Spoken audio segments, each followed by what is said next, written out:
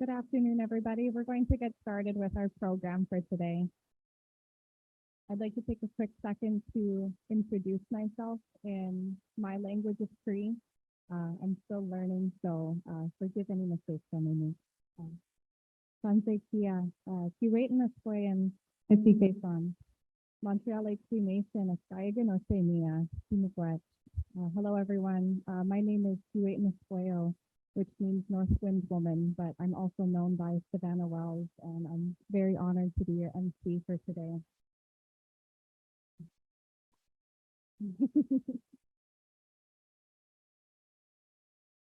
Thank you so much for everyone for joining us today for the Level Youth Policy Program presentation in person.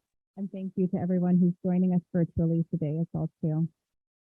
I would like to invite Ms. Chrissy Charles up to start our program in a good way with a land acknowledgement.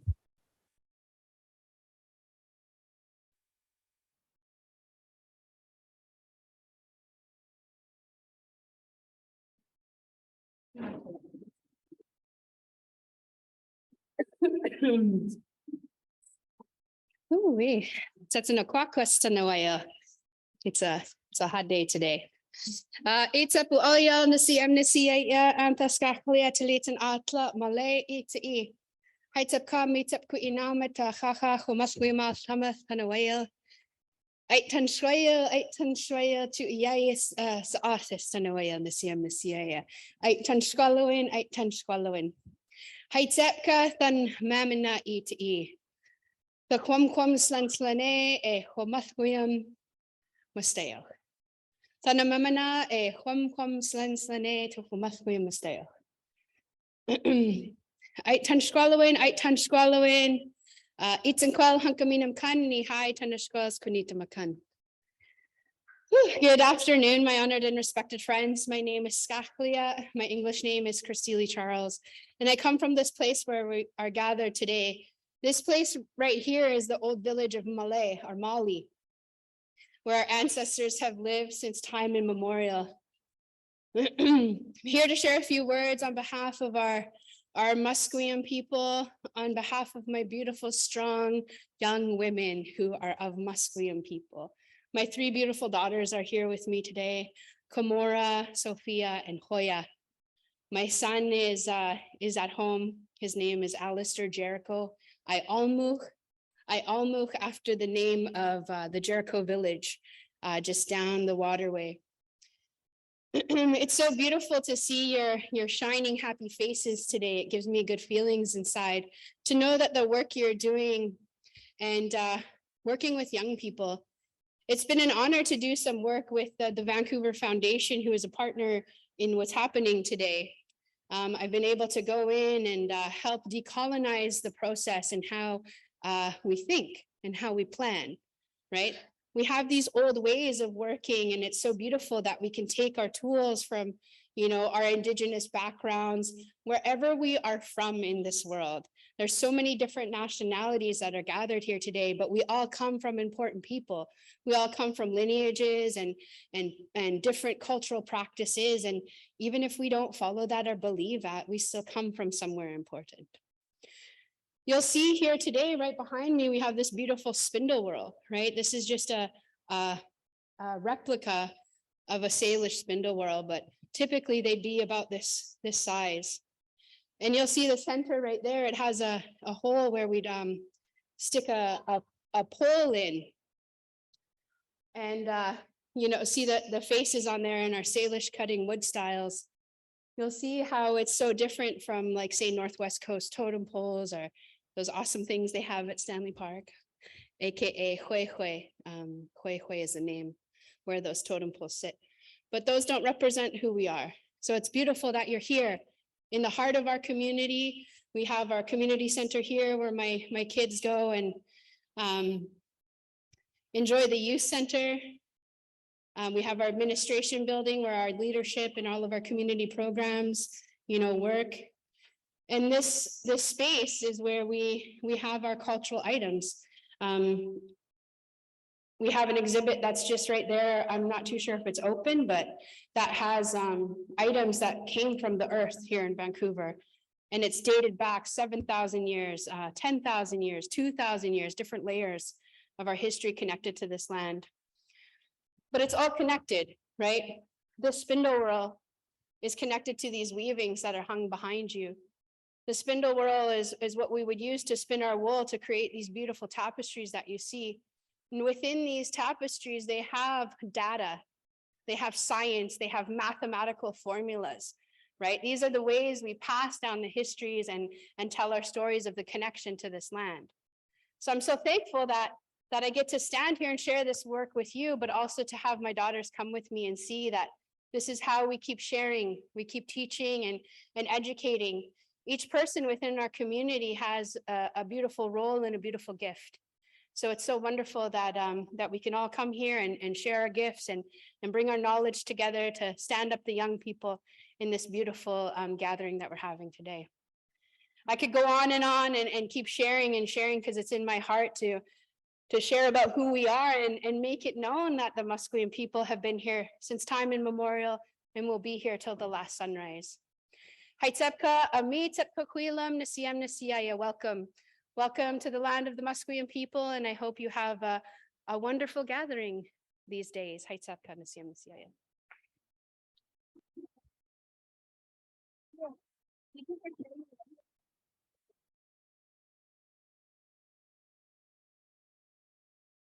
Hi, many thank yous. The Level Vancouver Foundation program is grounded in Indigenous ways of knowing and learning and healing. So it means a lot to start today in such a good way. Thank you kindly.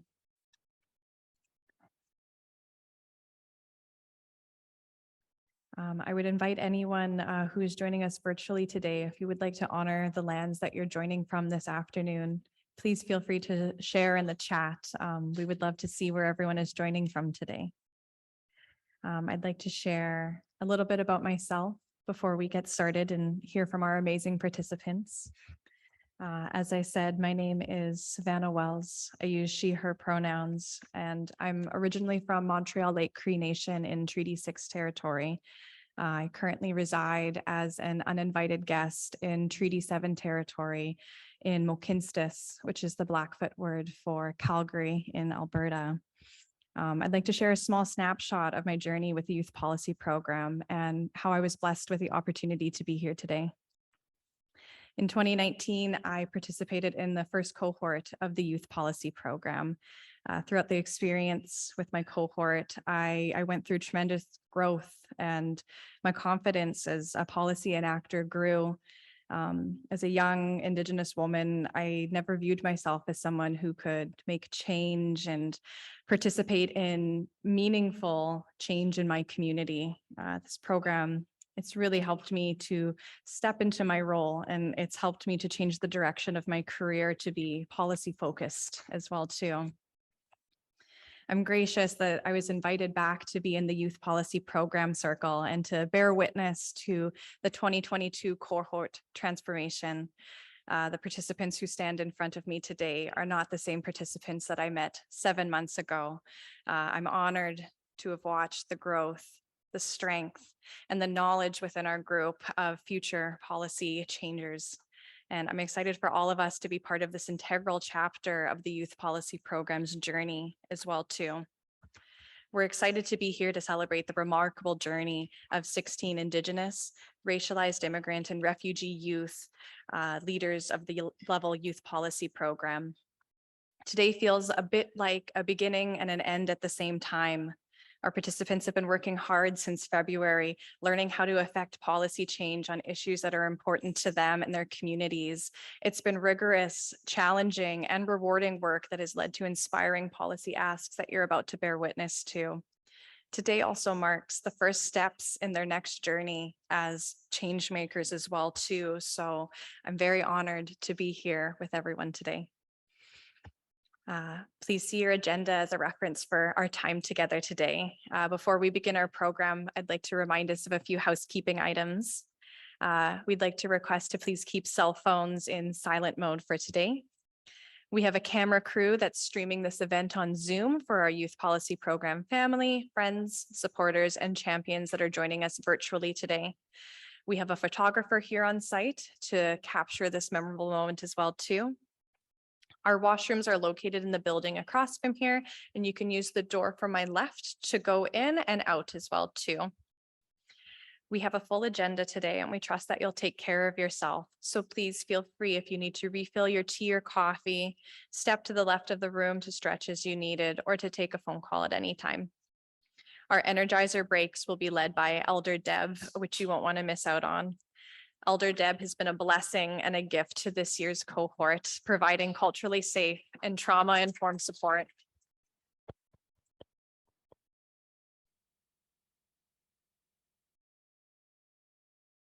She has generously shared her wisdom and her words of encouragement to the youth policy program participants and team.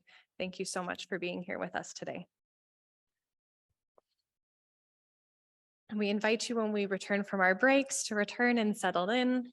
I want to say a special thank you to the amazing youth policy program faculty, the level staff and partners of those who have started this important work, and for those who continue it as well too. Thank you kindly for being here today.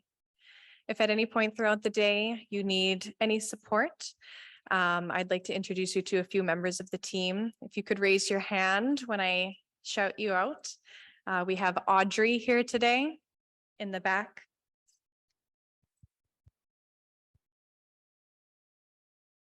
We have Trish. They're outside right now, but let's give Trish a hand. We have Najoki.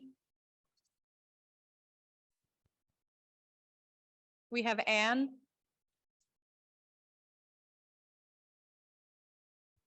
Joey. And of course, Amora.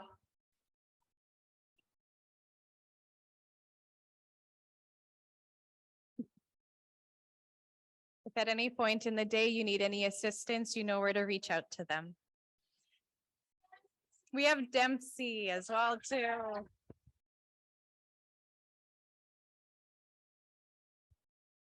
We have a very exciting and wonderful few hours together to witness and honor the leadership and the wisdom of the young people in front of us. I would like to invite the Vancouver Foundation CEO, Kevin McCourt, for his remarks.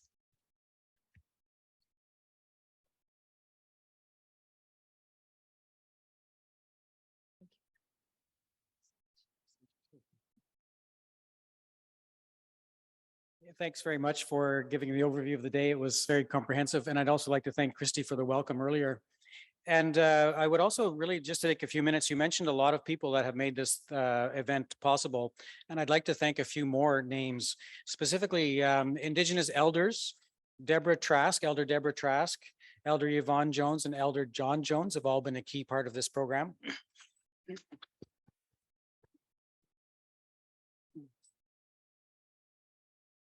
And as YPP is very much invested in public policy, we have strong support from elected officials. And I want to thank Parliamentary Secretary Nikki Sharma, Parliamentary Secretary Grace Lohr, who I believe is online, MLA Sonia Furstenau, leader of the Green Party, and Councillor Sharma K. Dubo, who have all participated in the program, supported the program, and it's the interest of the elected officials has been very significant. I'd like to thank a round of applause for them as well.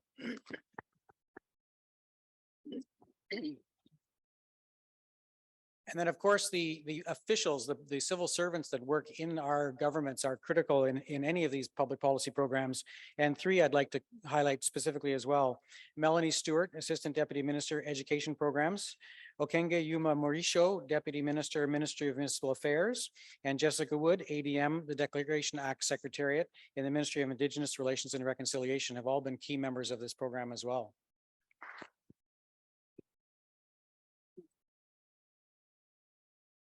And so it's always important to give thanks. And I know the key part of today is really the public policy presentations from the level participants. So I'm going to be very brief and just give a bit of background and maybe a bit of the future. You know, when I think about how the program started, and perhaps for some of you who are here, you'll know this, but for others who are new, the foundation did a work a few years ago in a program called Fostering Change. And it was really centered around working to achieve better outcomes for youth in and from foster care. And that program built its work around the experiences of young people in and from care. And it really worked on the premise that nothing about us without us. And the way that the participants in fostering change helped shape public policy led to the idea of the level public policy program, that we had knowledge, we had experience, we had enthusiasm in young people across the province, particularly in racialized Indigenous immigrant communities, that we could, that they wanted to participate in public policy, and Vancouver Foundation found itself in a position where we could facilitate that. And so the staff and the teams came together and created this wonderful program, which in my work at the foundation is, you're not supposed to have favorites, but this is really one of my favorites. And I've always been really enthusiastic about what the program is achieving. But I've also thought that when a program like this sits inside Vancouver Foundation, it's a great place for it to start. But if it's really going to have transformative effect, it needs to go beyond the foundation. The practices and the behaviors and the principles that underline this program would be fantastic if they were incorporated in other public policy schools, at universities, at colleges, in other charities.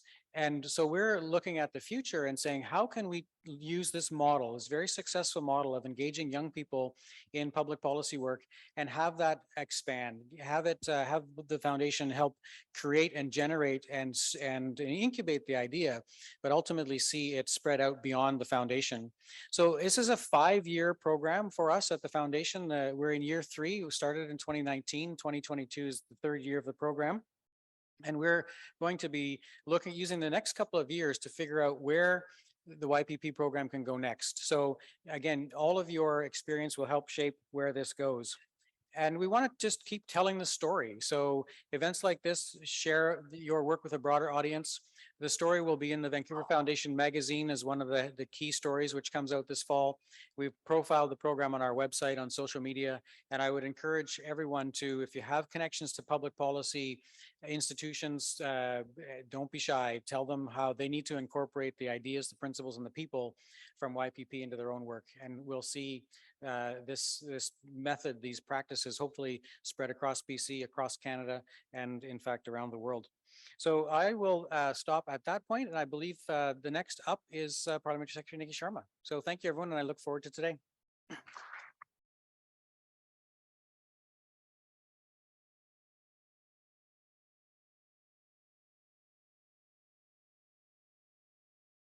Hello. It's so great to be here. I have to start by saying, just because I have to take every opportunity to embarrass my kids, that my daughter Mira is here and it's her birthday. So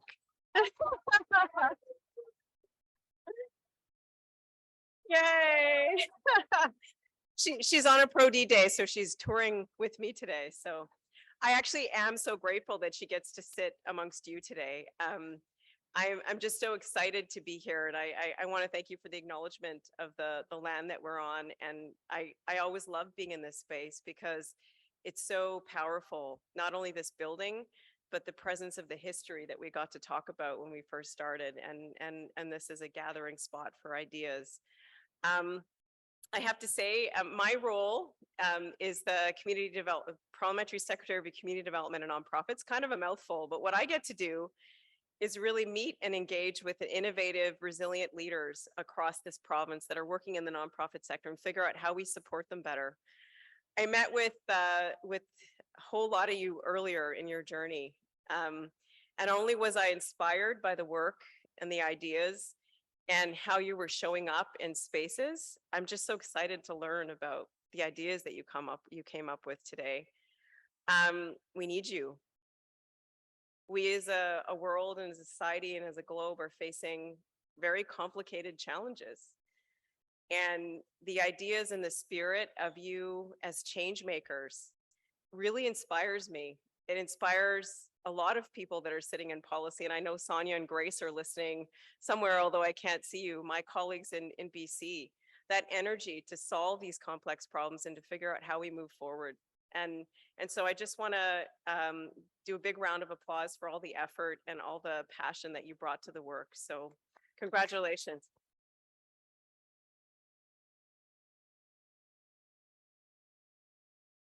One of the things that I was asked to reflect upon was what it's like to be a woman of color working in policy.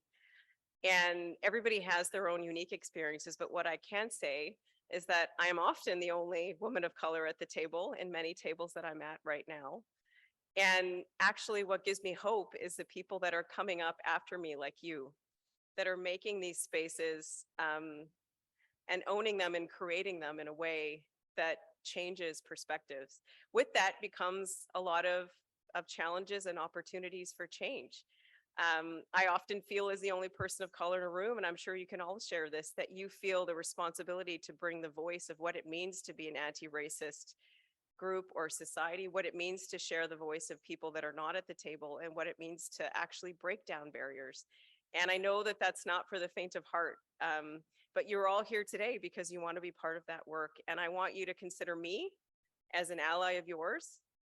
And if you ever want to reach out or connect with me, I make that offer to all of you. And I just wish you all the best in your future endeavors. And thank you for being change makers and being a part of this program. And I also have to thank the Vancouver Foundation for this amazing program and all the team that puts it together. So thanks for having me. I look forward to reading all of these. Take care.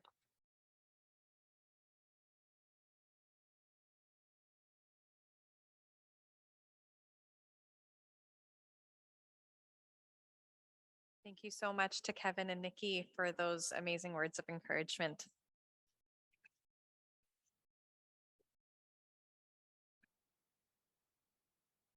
I would like to introduce our guest speaker. I would like to introduce Hawa Mir. Hawa is a critical writer, a commentator, and a columnist with Ricochet Media that has been featured on Maclean's, Metro Morning, CBC, City TV, and among others. She was the 2021 federal NDP candidate for York Southwestern. Hawa currently serves as a director of equity, people, and culture with Amnesty International Canadian. So I'd like to invite Hawa up.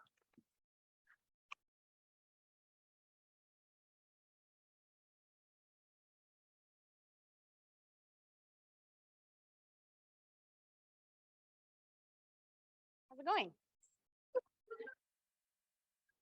You won't get anything formal from me. So I want to prepare you in advance for that. I'm also a little too tall for this microphone. Is there, okay, I might go with this instead. Hello? You're good? You can hear me? Okay, great. It's nice to see you all today. My name is Hawa Mir. I use the pronouns she and her for anybody who's going to refer to me or speak with me. I'm really happy to be here for a lot of reasons. The first one is I grew up actually in Surrey, which is not too far away from here. Spent most of my childhood and my adolescence going to high school and commuted into Vancouver because there were no services in Surrey at the time. And for some of you who know this in the room, years ago sat on the Youth Philanthropy Council for Vancouver Foundation. I won't tell you how many years ago because I look young and that's good for me. But it was actually quite a formative experience for me, mostly because of the people who were running the council. I see V in the back, and for many of you who don't know V was an instrumental part of that council.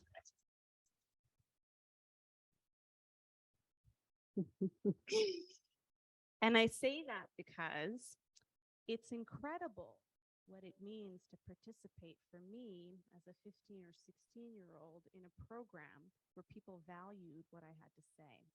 And it was formative in how I've chosen to live my life today. And so for those of you in YPP, I have to be honest and say the access that I got through the program is probably why I'm up here speaking to so many of you today. So I hope you'll consider paying your experience forward in some transformative way for the next generation of young people who are coming up and coming.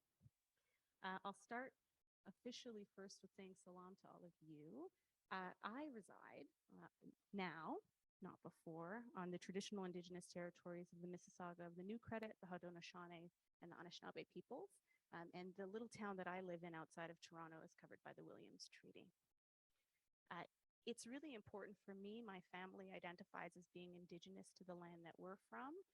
So it's really important for me not just to make an acknowledgement, but to be clear the reason I am in Canada and on these lands, the reason I've arrived as a refugee is the exact same processes of settler colonialism and colonization that's happening right here, right now. And so I have to be very clear that my commitment to undoing some of these systems is also because of the trauma that my family experienced. I don't want to be responsible for that level of trauma anywhere else. So it's my job to do the work of undoing a lot of that pain and trauma and sorrow.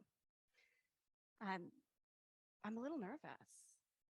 I'm sure you can't hear it, but I can feel it a little bit. So I feel a little nervous. And I think it's because I too can feel the power of this space. And it's been a long time with COVID that I've been in a room with people and had the opportunity to see you all looking at me. It's a little impersonal with Zoom, right? I can't see you when I'm talking, I see myself.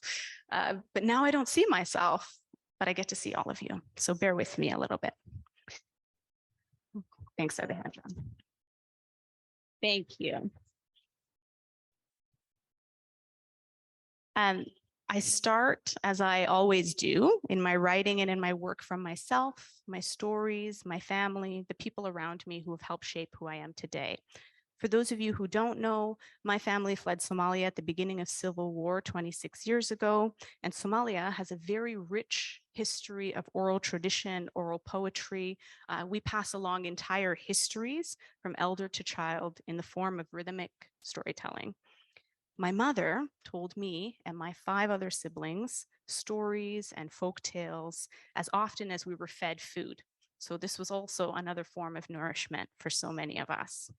And those stories focused on her experiences of ancestry, of displacement, and in the midst of all of it, I was always searching through her stories to figure out who I was and what that meant in this new context that we had all arrived into. I say all of this to say that stories are not just an integral way with which I work, but for me, it's really critical to doing some of the bridging work between communities and between groups of people. I grew up in Surrey in the late 1990s. For those of you who knew what Surrey was like back then, it was a bunch of ranchers, farmland, and a lot of mostly white communities where I was living. There were only 2 Black families, and we lived right next door to one another. I wonder sometimes if that was intentional. And we grew up together. But besides that, no one else looked like us. So I knew very early on that I was different, and other people reminded me regularly that I didn't belong and that I was different. Our parents raised us together. And if you've ever encountered any Somali people, I make a joke, which is Somali supremacy. My mom was like, "We're the best. There's only one of us because you're the best. You're the best person in the whole room." So it gave me a very clear sense of my leadership very early on. And there's a funny picture of me in the Vancouver Star on my first day of kindergarten where all the students are facing one direction.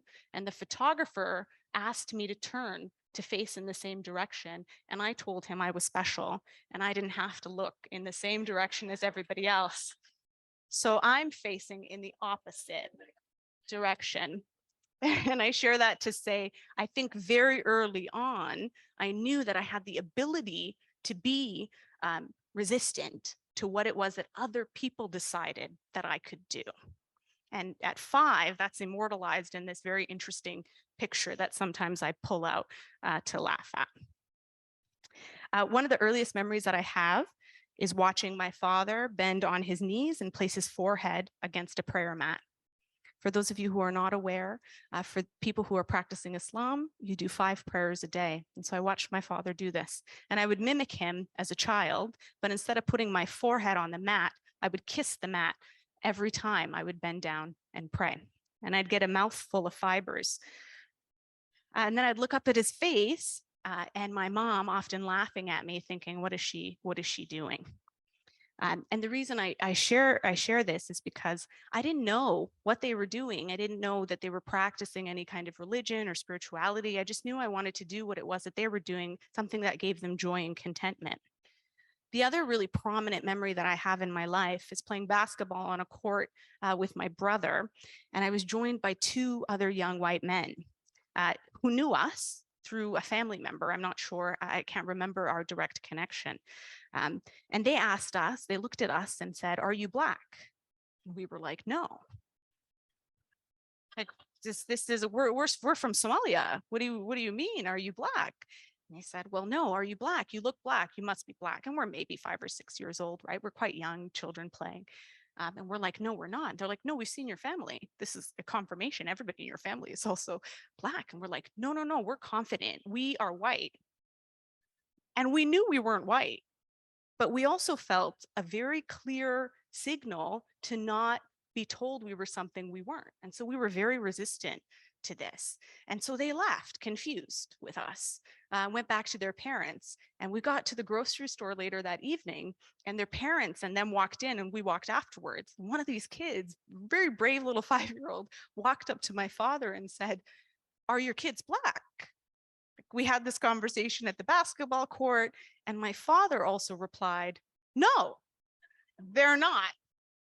And so I think often about this little 5-year-old boy who left wondering what the hell all of us were talking about, and walked through his life thinking, what I see is probably not how people might choose to identify. And so that also created this very important lesson for me, that I had the choice. I could make some choices about how I wanted to describe myself and how I wanted to describe my identity. And for those of you, there are a few of you in the room who knew me when I was 15 or 16, I was a bit of a handful at 15 or 16. I would get up on stages like this with lots of elected officials in the room, and I would say whatever I wanted. Sometimes they loved it, most times they hated it. They would invite me to come back to another session, and I would again say whatever I wanted. And when you're 15 and you say things like racist old white men, all of you think you have power, we have the power, it really does something to shake and stir up a space. But at 15, you are also sometimes missing situational awareness. And so I had no idea what I was doing to the rest of the room. I just knew I felt good about being able to get up and say the things that were important to me. I haven't lost some of the ability to do that. I'm just a little more strategic now about when I choose to employ some of those tools and tactics. So I share all of that to say I think I had a very unique experience growing up as a young person, particularly within the context of this environment.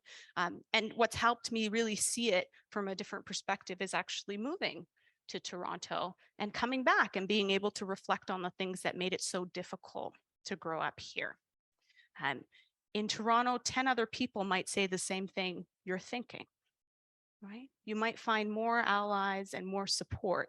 There are other challenges, but the thing that's always struck me about the way we operate in Metro Vancouver is the subtlety with which people will deploy racism or snubs or a sense of not belonging. Nobody will tell you to your face, but they'll very quietly work to remove you from spaces or censure you or ask you to tone it down. And there's a damage that happens with that kind of subtlety over time. You begin to take it on as your own lack of something. And it really does something, I think, to stop and inhibit people from growing and being able to really thrive and do things that are even maybe more than what they could imagine for themselves. And so that kind of restraint is what I was always fighting against. So that's why I always felt the need to get up and say something and argue that something was wrong or tell people what the reality was from what I knew. It's because I felt there was such a strong push towards wanting to contain me. And I didn't feel like it was right to be contained. And so I share that to also say it. There's a story that I would like to share with you, a poetry piece that I wrote a short story that I wrote some years ago, where I thought about the experience of my family, in particular my father, leaving a country and coming to a new one and having to figure out how to talk about what he called back home, right? Because this was never home. There was always another home that he was thinking about. It's called Obliteration. When he traveled back to Somalia, he changed hotels with every fall of shadow.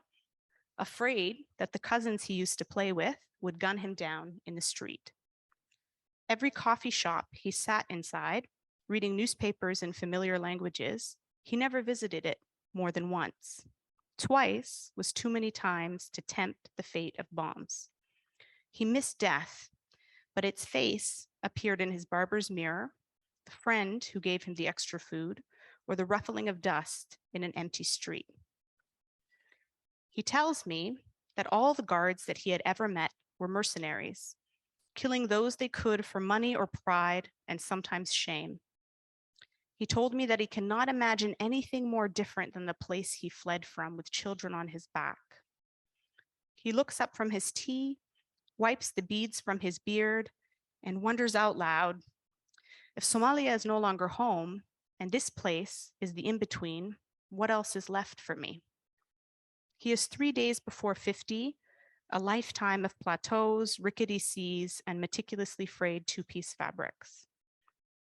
When I ask him where home is, he whistles through his teeth, high enough for its melody to hit the roof of my tongue as well as his, before rippling through the little bit of tea he isn't able to finish. He smiles then. If home lives within my heart, I walk around with a black hole the size of an atom, catching the things no one else wants to carry. Home doesn't have a place anymore, but if it did, my heartache is stronger than gravity's pull. So you see, I wouldn't want home now. It's filled with trigger holes and broken necks and promises. Graves deep enough that souls have begun to seep into the water that people drink from the wells.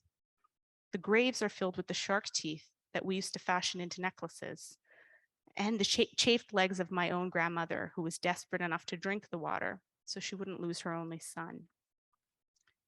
So you miss it? I ask. He leans towards me and whispers into my face, loudly and with the faint mist of milky breath. Do you? My first love, first and foremost, are stories. To share them, to know them, and to understand how they continue to teach us about who we are and who we want to be. Stories are the realm of the imaginary, and beyond that are a site for dreaming about the future. I started my own journal when I was 6 years old, and I'm sure you can imagine, if you think about your own parents, that made me very different from a lot of other kids around my age. I wrote once in my journal that I wished my sister was my mom instead of my mother. My mother, of course, found the journal and then read it out loud to all of my siblings. Nobody does shame better than your mother. I figured out really quickly that I needed to hide it if I was going to write in it so that no one would read it. And I'd hide it in my school desk, sometimes with a friend. And when I hit high school, I put it in my locker. My mother didn't want me to write. Like the stories of most immigrants and refugees to this country, she didn't think writing was a career. She wanted me to go to university and get a degree. I could be a doctor, a lawyer, an engineer, or a nurse. Those were the options that were available to me. It made you good money, and it gave you good benefits. She wanted all of us to be secure in the ways that she wasn't. I wanted to write, and I wanted to write fiction. My two older sisters were beautiful visual artists and still are, but art also wasn't a career, so they couldn't do that either. The only choice was school. So I graduated high school. I got accepted into all the universities they make you apply for in grade 12, if you can remember that far back. I chose to go to McGill in Montreal because it was far enough away that I had to take a flight and I could live by myself and have a sense of independence. I lasted 2 years in a new city without a very strong support system, without parents who had ever gone through the education system here in Canada, and the most horrible racism directed at me from those within the university. I was in the African Studies department. I was often the only African student in my entire program and in my class. Every question about Africa, a continent, not a country, every question about poverty, every question about war, every question about East Africa or the Horn of Africa was directed towards me in 500, 600 people classes. I was the representative for an entire continent of people. I left after my second year and I came home upset, angry, disappointed in myself, and mostly I didn't want to face my parents. Looking back now, I see I was a 17-year-old surviving really hostile conditions at a university where I had no built-in support. It was an impossible situation. But as a 20-year-old at the end of that journey, all I could see from myself was that I had failed. So I got a job. I entered the workforce. I did a lot of volunteering, worked for cash. Every fast food restaurant you can name, I worked there. Tim Hortons, Subway, the list goes on and on and on. It was through the support and mentors and people who deeply believed in me and encouraged me to facilitate conversations, to talk to people who engaged me in ways that lived outside of the waged work that I did, that really helped me think about what would happen next for me. And then it started with those people telling me that I had survived and I could thrive. I just had to figure out what it was that I wanted to do. And then I started thinking to myself, what would happen? What would it mean if young people could do more than just survive? What if all of us, and me at the time especially, what if we could thrive? What if we could do exactly what we wanted to do at 16, 17, 18, and had all the infrastructure and support to do it well and successfully? So at 21, as a young person, I started to work with young people. And I built a fairly successful work experience. I won't say career because that's an interesting word, but work experience working with other young people as a young person. And I loved what I was doing. And I had found my way somehow back to stories, back to telling stories, back to asking people about stories and using those stories as a way to connect with people again. I started to write. Some of my work got published. I did presentations. I facilitated workshops on poetry and writing. And I reminded others through my work, and they reminded me that potentially we could do this together.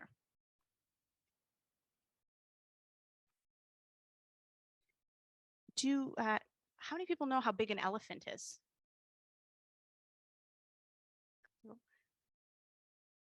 1 ton, 2 tons. I can't even visualize 2 tons. I don't know what that means. They're big, right? Like, let's just use like arms measurements. They're big, right? They're big. You can't hug an elephant, right? You can hug its leg, but you can't hug its body, right? Huge. Elephants are huge and they weigh a lot. Does anybody know how elephants are trained to be in the circus? Previously, they've shifted some practices. PETA, probably. It's good. But they've changed some practices. But previously, elephants were trained in the circus. So when they're babies, the folks in the circus used to tie a thick rope around one of their legs and attach it to a stake and stake it all the way into the ground. Right? So they weren't allowed to leave a particular perimeter area within their cages. And obviously, over time, the elephant tries to get free, right? If you have something on your leg, that of course, the first 100, 200, 300 times, you're going to try and yank your leg. And every time you yank it, you're going to be met with resistance, right? You're going to move. The stake is so far in the ground, there's no way that you're going to be able to shift or move. This happens for years. It takes years. They do it when the elephant is a small baby, and it might be young adolescent before they remove that stake. The elephant is always trying to get free, and the rope is too strong for the baby elephant. Anybody have a guess about what the elephant eventually does? You can yell it out. Sorry? You stop trying. Yeah, they give up, right? The pain, probably, the chafing, it's a hard and uncomfortable process. So the elephant eventually gives up. And the elephant eventually realizes that the rope will always be too strong, and so there's no point to try. And the circus trainers, knowing this, eventually replace that thick rope with a very thin one, just so the elephant can feel it, but not thick enough to actually stop the elephant from moving. They hang it onto a larger rope and drape the rope over the corner of the fence that's the closest to the elephant. So it serves for the elephant as a visual reminder that it's still attached, to the stake in the ground, even though it's not actually physically anymore attached to the stake in the ground. The elephant never tries to get free because it remembers all the times it's tried and failed. And so the elephant never tries again.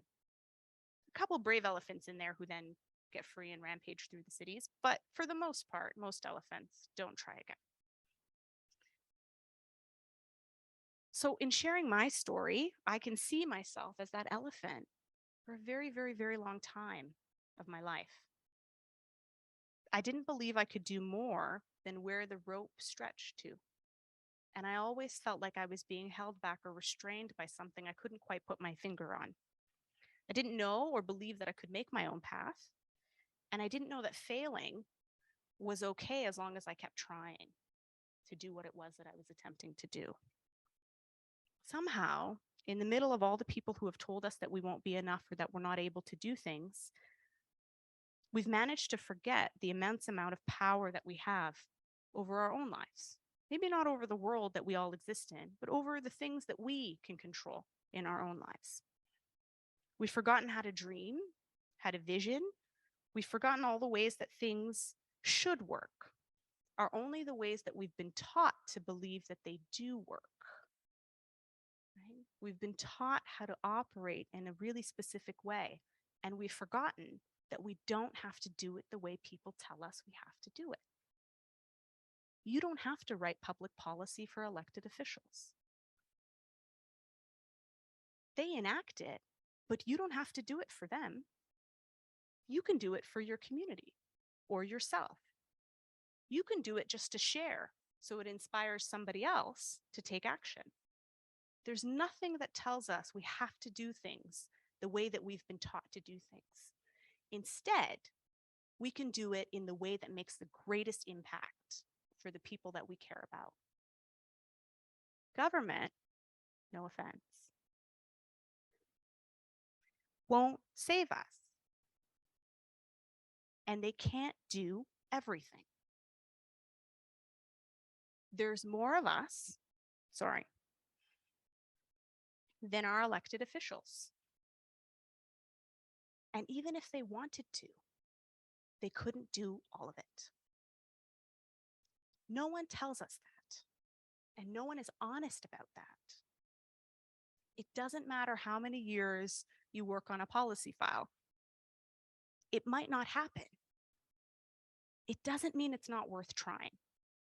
It doesn't mean it's not worth doing, but it's important we know where we're putting our energy and effort, and we know what kind of impact we want to create. That's more valuable, ultimately, than convincing the right stakeholders to do something that you want to do. This is my perspective. This is how I come to the work that I do. And I would encourage all of you to also think about the ways that you can break out of the ways people tell you you have to do something and do it differently than what's being provided to you. Because the people who change the world are the people who don't do things the way things are supposed to be done. Right? Think about every activist, organizer, incredible human being that you've come into count. They do things differently because they refuse to follow the rules. They follow what's right for them, for the community that they're working with, etc. So I never ended up finishing my bachelor's degree, but I got into a master's program without a bachelor's degree. And I finished it. And then I got into a PhD program with no bachelor's degree.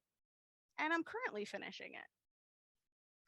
That should tell you something about the ways that institutions are organized. You don't need a bachelor's degree to do a master's degree. So what else do we not need to get to the next thing that we want to do? This is the kind of power we have when we stop believing that things that we want to do aren't possible.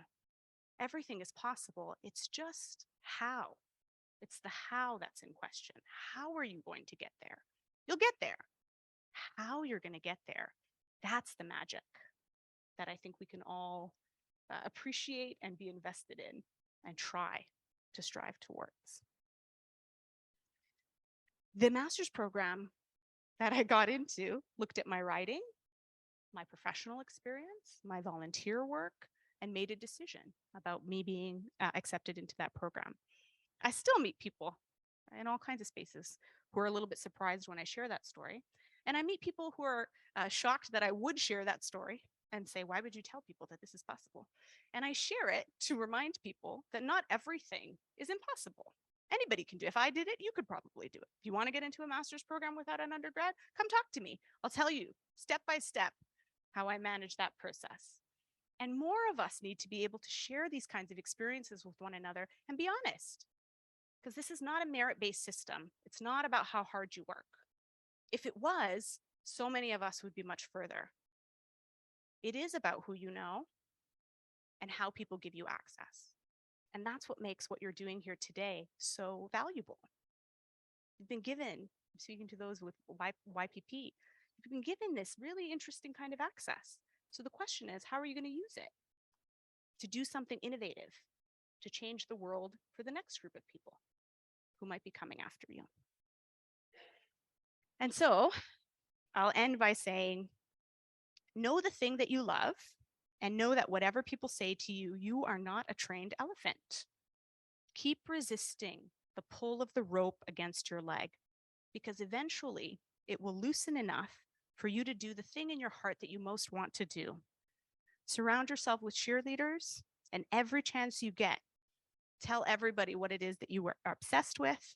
Tell everybody what it is that makes you happy.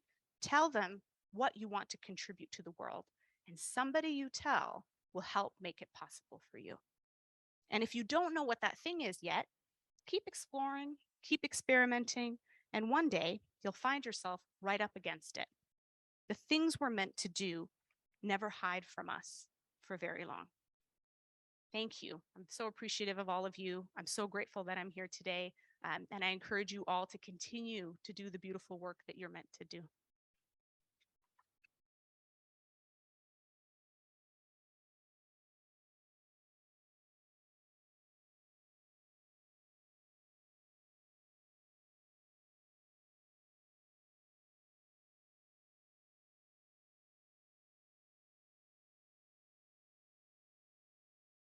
Thank you so much, and deep gratitude for everything that you've said. I hope our participants step into that brave space and say what they need to say.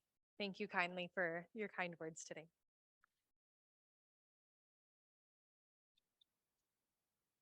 And now, today is an invitation to witness. Thank you for accepting this invitation to be here and to collectively witness this work. You have the compendium, which provides each participant's bio and executive summary. Their full projects will be available for you to view and to read on the Level website next month. Through the presentations, you will learn about the issues that these young leaders care about and why, and some of the solutions that they propose to address them. This opportunity has focused on YPP participants learning and understanding the ins and outs of policy so that they can use these tools and they can build upon them. This is not the beginning or the end of this learning journey, and we hope that there'll be multiple opportunities to advocate for change. We really hope that you share these policy projects and amplify the solutions that these young leaders are recommending. The celebration is just one way to provide a platform for them to be heard. I'd like to welcome our first participant up to share their policy ask, Amy.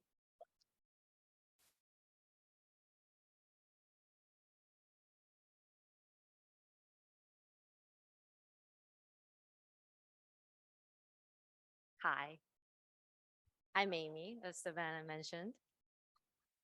I was born in Korea and I'm an immigrant. In government terms, I had a visitor visa and student visa for about 8 years. During those years, my family operated a small restaurant in so-called Mission, BC to help us secure permanent residency. It was really hard to start a business from scratch, and we worked tirelessly to keep the business afloat. In 2015, my family finally received permanent resident status, a status that allows us to stay here permanently. No more applications, no more paperwork to prove anything further. It was a relief, and I was fortunate enough to have it received just before I entered post-secondary school. As we all know, if I didn't have permanent resident status, I would pay the expensive international fee. As a permanent resident, I was able to attend post-secondary school as a domestic student. I'm also able to work and I'm expected to file my taxes just as any other citizens are. All the rights I exercise are the same as citizens with the same expectations.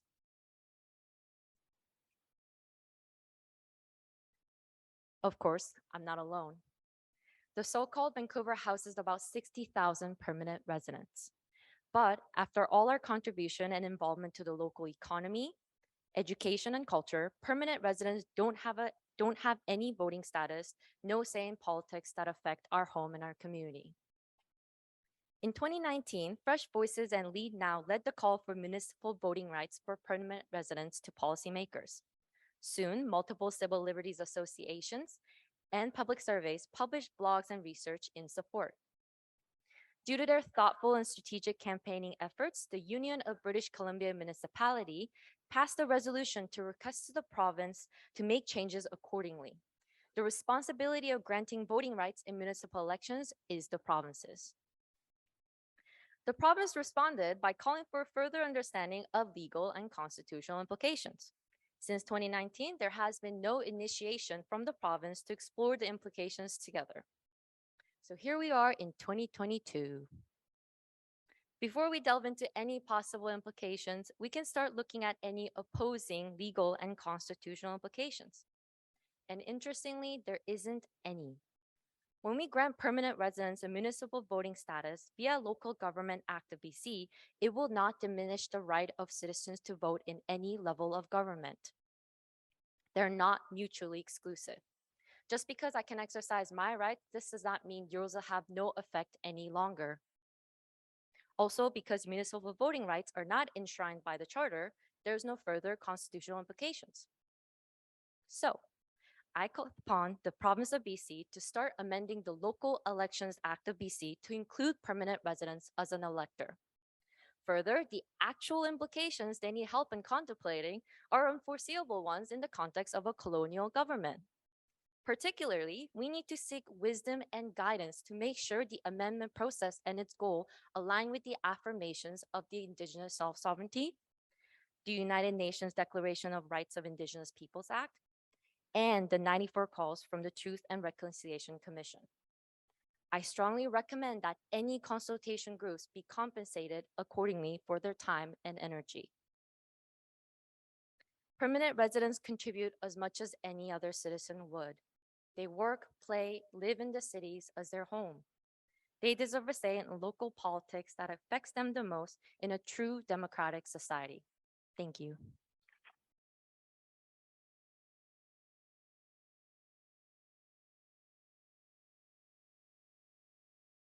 Thank you so much, Amy. Next, I'd like to invite up Jimmy.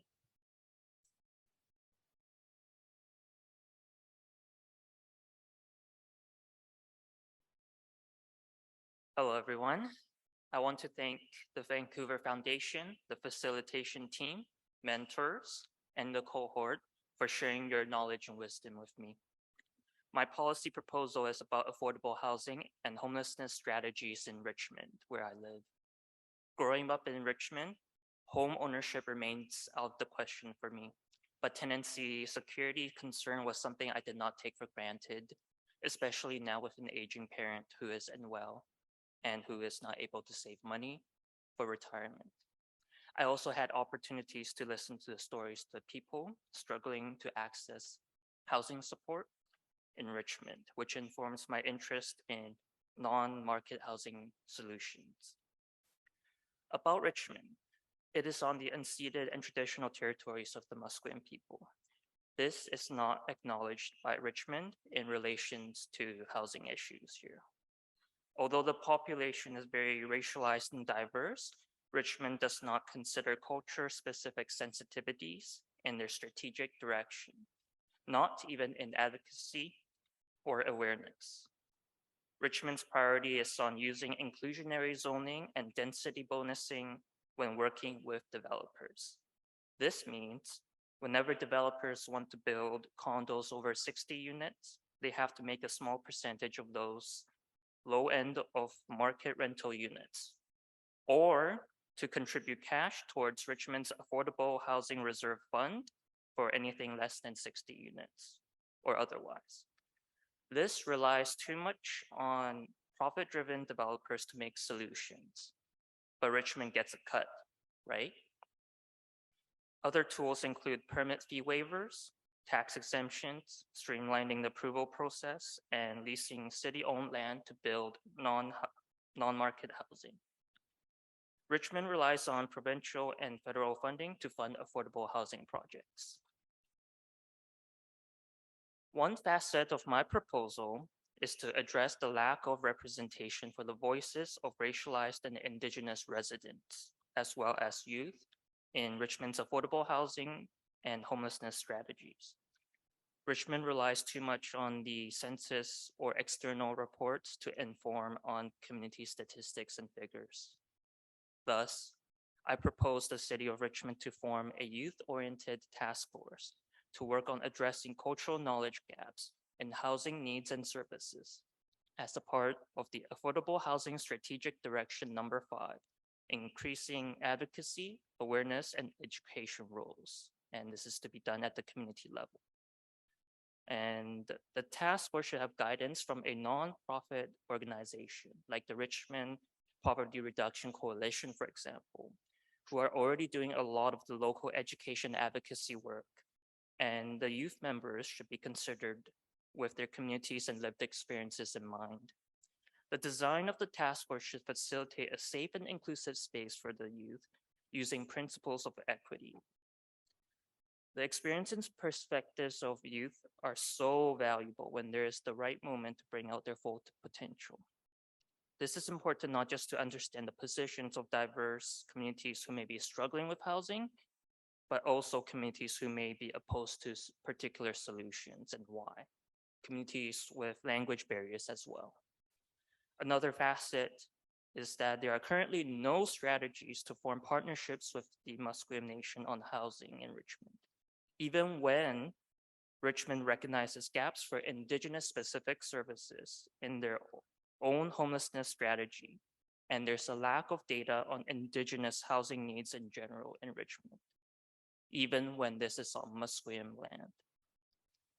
Hence, I also propose that the city to equally fund a similarly equipped task force led by Indigenous Richmond residents to rectify this inaction, to advance truth and reconciliation, government to government, neighbor to neighbor. Richmond knows there are still gaps in knowledge, but has taken little to no action to address it. This has to change.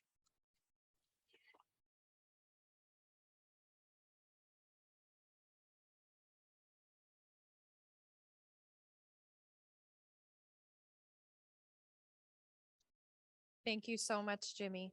Next, I invite up Kimbaya.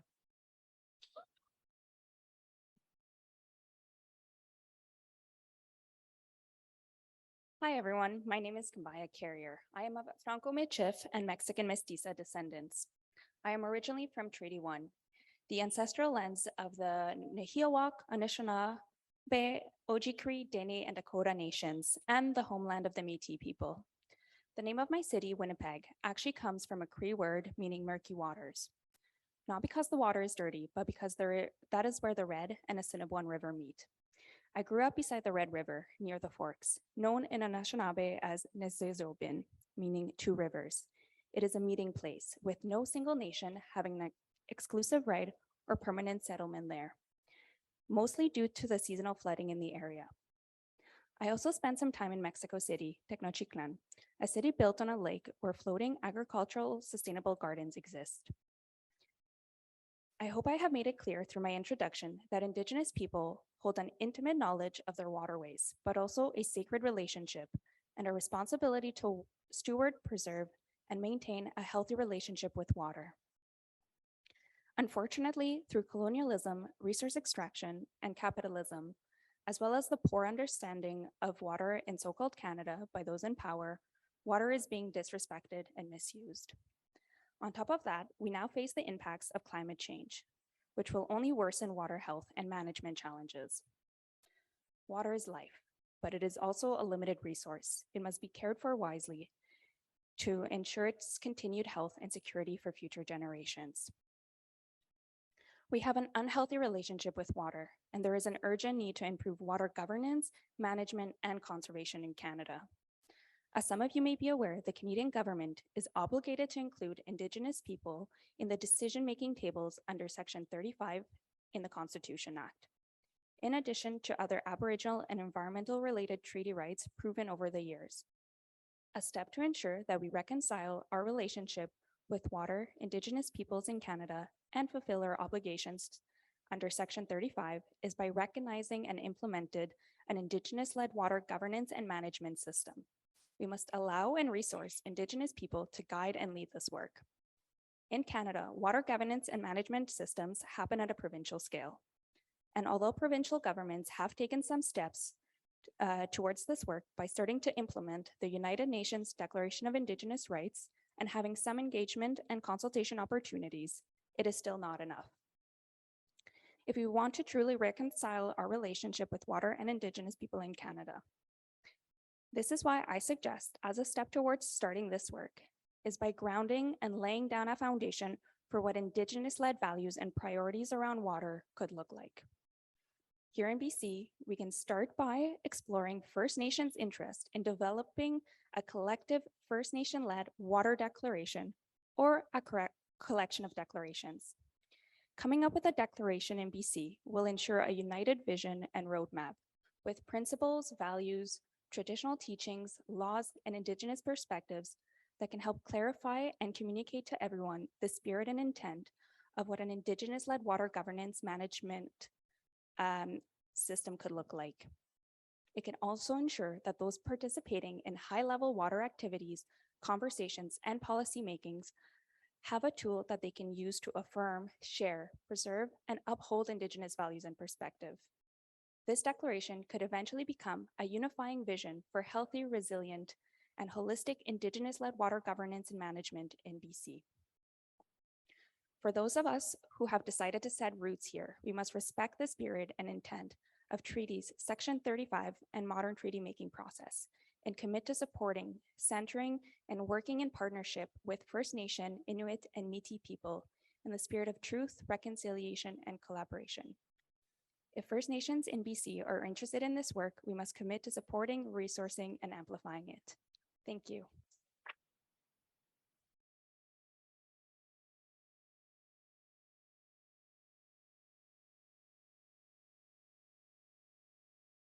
Thank you so much, Kimbaya. Next, I would like to invite up Madeline.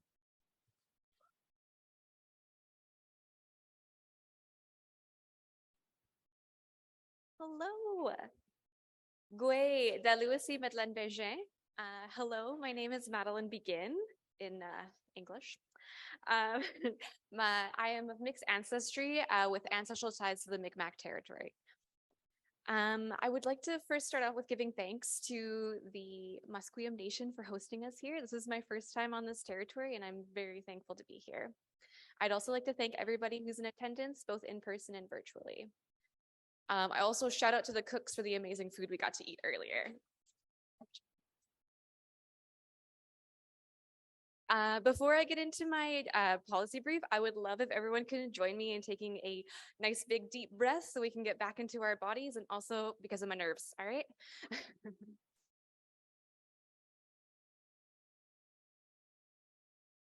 Thank you. All right, so my policy brief has to do with the housing for an urban Indigenous community. This crisis is very close to my heart as I have personally been impacted by houselessness on more than one occasion. And I've also faced the struggles of trying to find affordable housing within the city that I live in on Vancouver Island. Indigenous people represent a significant portion of the houseless community, and this continues to climb. Throughout the MMIGW2S Calls to Justice report, a lack of housing is mentioned as a contributing factor for this ongoing crisis. So how did we get here? Prior to contact, Indigenous communities sheltered all their members. Post-colonial contact, it became harder to hold on to their traditional housing as they were moved onto reservations, and next to impossible to access colonial housing without enfranchisement. Over time, there has become a greater lack of safe housing within reserves, forcing Indigenous people to seek housing in urban centers, only to be faced with racism, unaffordable housing, and often unsafe housing. A risk that is greatly felt by Indigenous women, girls, and Two-Spirit people, as they are more likely to stay in unsafe housing situations to avoid homelessness. Something has to be done. Within my policy ask, I have provided 4 recommendations on how to address this crisis. First is the creation of a rental supplement that Indigenous people can apply for that treats any dwelling they live in as an Indigenous subsidized housing, meaning that they would spend 30% of their income with a supplement covering the rest. Second is the creation of more Indigenous housing, more Indigenous-led cooperative housing, and more affordable home ownership for Indigenous people. Thirdly is the increase of funding for construction and housing repair on reserves, so that if people choose to go home, they have the option to do so. Lastly is the restriction on rent evictions and rental increase control with tenancy turnover. Addressing the housing crisis for the urban Indigenous community is not the only issue that needs to be addressed, but plays a key role in reconciliation with Indigenous people. It is important to remember that housing has been considered a universal right in Canada since 1948 and should not be treated as a privilege today. Walalio, thank you.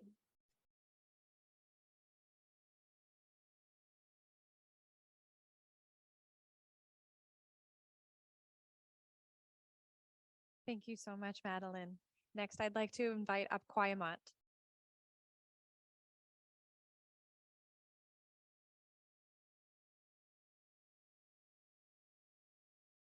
xʷməthkwəy, good day. CMCA, Antha xʷməthkwəy, Tinitinal Cowichan. My name is xʷməthkwəy. I'm from the Cowichan tribes. My policy is restoring Cowichan xʷməthkwəy, our teachings, tradition, and law and in policy. What is the Hulkaminam word for policy? Within policy, it has historically been bureaucratic, imposed, and disruptive to our social, cultural, political, emotional way of life. Policy needs to embody healing, resilience, and it needs to be lived. My perspective today is from and as a Cowichan Slaney, an Indigenous woman. Indigenous is a universal umbrella term for a broad group of people. It does not give recognition of the distinct cultural differences of the 200 nations within BC. It does not embody protocol, which is our cultural way of being. It does not embody Natsama, working together with one heart, one mind, one spirit, but instead is something fast-tracked with deadlines, bureaucracy, and very quick moving. If we were to make policy accessible, it would be inclusive. It would embody our 7 core teachings with respect, trust, sharing, support, love, forgiveness, and responsibility. Instead, the system of colonialism has created hierarchies of time, power, and control, minimizing accessibility. I'm joining you today as a mother, a daughter, a sister, an auntie, a partner. And when I do the work that I do in reconciliation, in equity and diversity and inclusion, I always think of how could I bring this work home to me? How can I explain reconciliation, policy, Snowayeth to my family? How could we walk together, paddle together, work together, live, play, and work on the land together? My policy ask is not necessarily an ask, but rather a policy tell. It's time to embody the teachings and traditions of this land of love, forgiveness, responsibility, trust, sharing, and kinship. To me, as I embarked on my journey within my master's program, trying to understand of how we translate these very complex and integrated concepts and bring them home to community. through many layers of unraveling this term, to me, policy should be lived. Knowledge is lived. Cultural is lived. It's not something we practice. So how can we breathe life into policy and to embody our teachings of slowing down and working together, not so much one heart, one spirit, and one mind. And through that, I find the work requires reclaiming, restoring, and retelling our history to recognize as Kautsin Musqueam, from my perspective, we are abundant, we are spiritual, and we're cultural. And we can weave love, connection, and compassion and reciprocity within our policies and programs and all that we do. So when we do the work of policy and reconciliation, it's embodying slowing down, welcoming each other to a table and finding a common ground to share our knowledge and our wisdom, to recognize that our way of life has sustained us for generations, and we can work towards resuming that way of life to ensure that every aspect of our communities are woven into policy, to ensure that there's relationality amongst all things. How can we shift governance in order to create a better future for everyone? For me, as a mother, a daughter, a sister, a partner, it is restoring our xʷməthkwəy. Xʷməthkwəy is law. Xʷməthkwəy is our teachings that have kept our communities together. Hi, Sepka.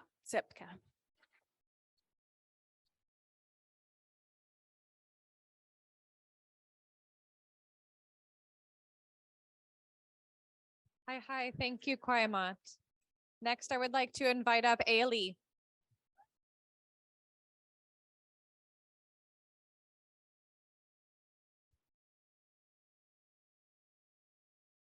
All right. Good afternoon, honored guest, in person, online, or otherwise. My name is Ailey Lubendo, and I will be talking about a policy that I've been going through my entire life.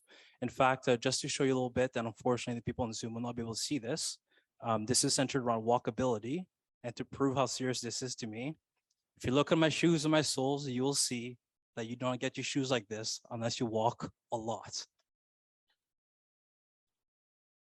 The city of Burnaby, at a main eye view, is known for boasting for having a lot as a municipality that other cities have not been able to do. In 2009, the city of Burnaby was named the best run city in the country by Maclean's. It boasts over $1 billion in reserves from good financial management. And also in terms of the population and demographics, over 60% of its residents are visible minorities, as according to 2006 census. However, in the neighborhood of Edmonds, in the south of Burnaby, there has been an issue for decades now of a walk for a lack of infrastructure having to do with sidewalks, and that having led to tragedies that are mainly preventable. In 2019, a 13-year-old boy was hit with life-altering injuries that occurred a block away from a community center. Earlier this year, in 2022, a 13-year-old girl, a recent immigrant, the oldest of 3 or 4 children, was killed by a dump truck walking home from school. Now, how does a city that is so well run in the eyes of political management, in the eyes of financial reserves, and etc., have such a recurring issue? Now, the city is aware of this. In 2021, not only did the city pass a transportation plan, but along with it, Vision Zero, it also released a sidewalk implementation process that included a map and timeline of having all sidewalks necessary built by 2040. However, as we have seen with these strategies, every time we hear about the news about another kid getting hit, things speed up. Sidewalks all of a sudden appear 1, 2, 3 years sooner than we had expected, making us wonder why it is that we cannot do it faster. Now, there are 3 main recommendations that I have for this. The first one is 3D printing. For some of you who may not know, 3D printing is the sort of new age technology that's out there, which right now is really mostly built for things like trinkets like keychains and etc. But the research shows that it can be built for housing, for key infrastructure, and in this case, in my research, 3D printed concrete. According to Dr. Taha from the University of New Mexico, 3D printing concrete can not only create concrete that is much more less heat absorbent, as we think about the hot summers that we've had and walking around, just how much heat there is because of how concrete absorbs it, but also is much more climate change resilient, can be built faster and cheaper. And for a city like Burnaby with such large cash reserves, has an ability to prioritize, but also capitalize on this innovation in ways that many municipalities financially cannot. Secondly, a key problem with this is democratizing infrastructure. What happens when a city decides that the rights, the financial rights of a property owner or developer goes over that of pedestrians and neighbors behind that have to access those streets that currently have no sidewalks to go to work, to buy groceries, to go to school, etc. And there is a lack of engagement that has been there, especially because many of these are low-income neighborhoods, but also immigrant neighborhoods. And this is inequity that the city has to tackle first and foremost. And lastly, we should track the tragedies, given that the city has just passed Vision Zero, and that we should have a very firm conversation about how the tragedies of a child should not be seen as the same as a crash on crash of two different cars at a key intersection, especially when it is fundamentally a question of lack of funding and negligence on the part of the city.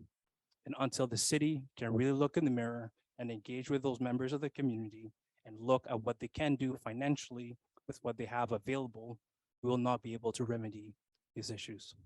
Thank you.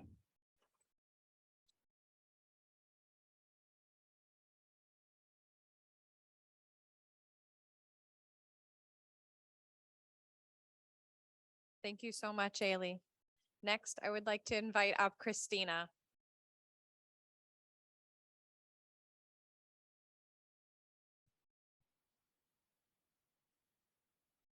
Good afternoon, everyone. Is everyone able to hear me in the back? Okay. Before I begin, I wanted to give a content warning. I'm going to be bringing up heavy topics or heavy events. I wanted to give a content warning for racial violence and gender-based violence. And so I invite anyone to put themselves first and if need be, step out. My name is Christina Kim, and I'm a Korean immigrant settler on stolen Musqueam, Squamish, and Tsleil-Waututh homelands. When I first came in this country 5 years ago, I came seeking opportunities that I wasn't afforded back home.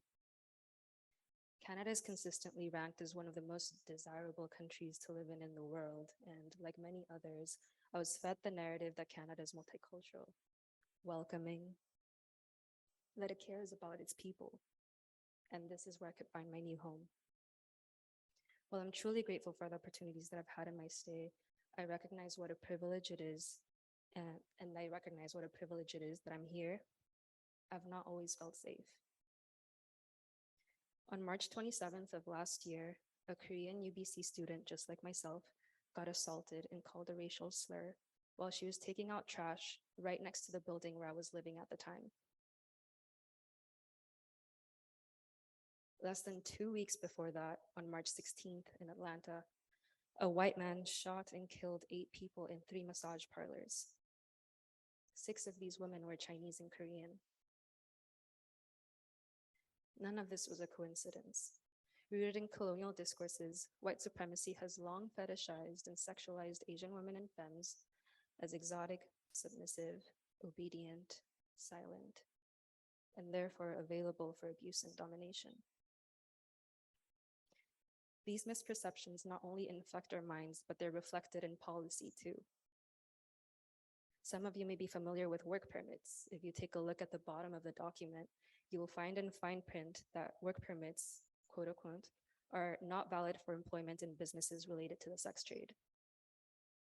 This means that if you're engaged in sex work, women are subjected to a dual risk of incarceration and deportation, which increases their vulnerability to many forms of violence, including from the police, as this violence becomes seen as normal or justified. As a result of getting criminalized by the state and stigmatized by society, this drastically reduces immigrant and migrant sex workers' willingness and ability to seek health care in Canada, whether it's sexual, reproductive, or otherwise. I invite you all to take a step back, pause for a moment, and think about the last time that you were denied health services or disrespected at the hospital because of what you do for work. Imagine what it would be like if you got pregnant while on the job and unable to afford to raise a child, you decide to seek abortion, which is legal in Canada and free for anyone with a health card, but it costs $700 out of pocket for you.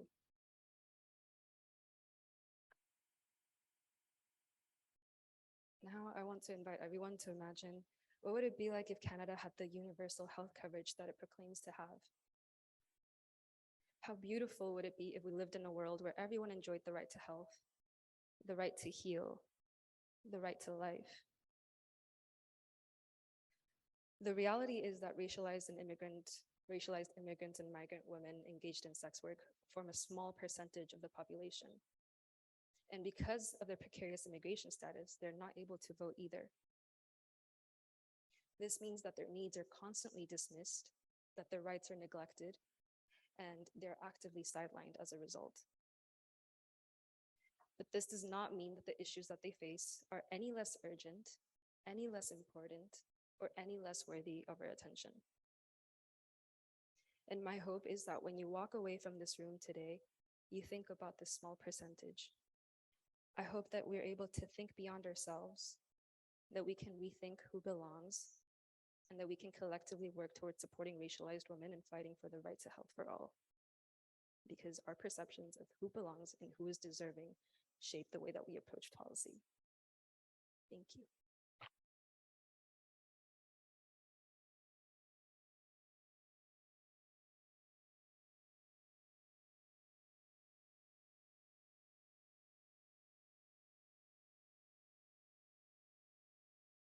Thank you so much for that, Christina. Next, I would like to invite up Fernanda.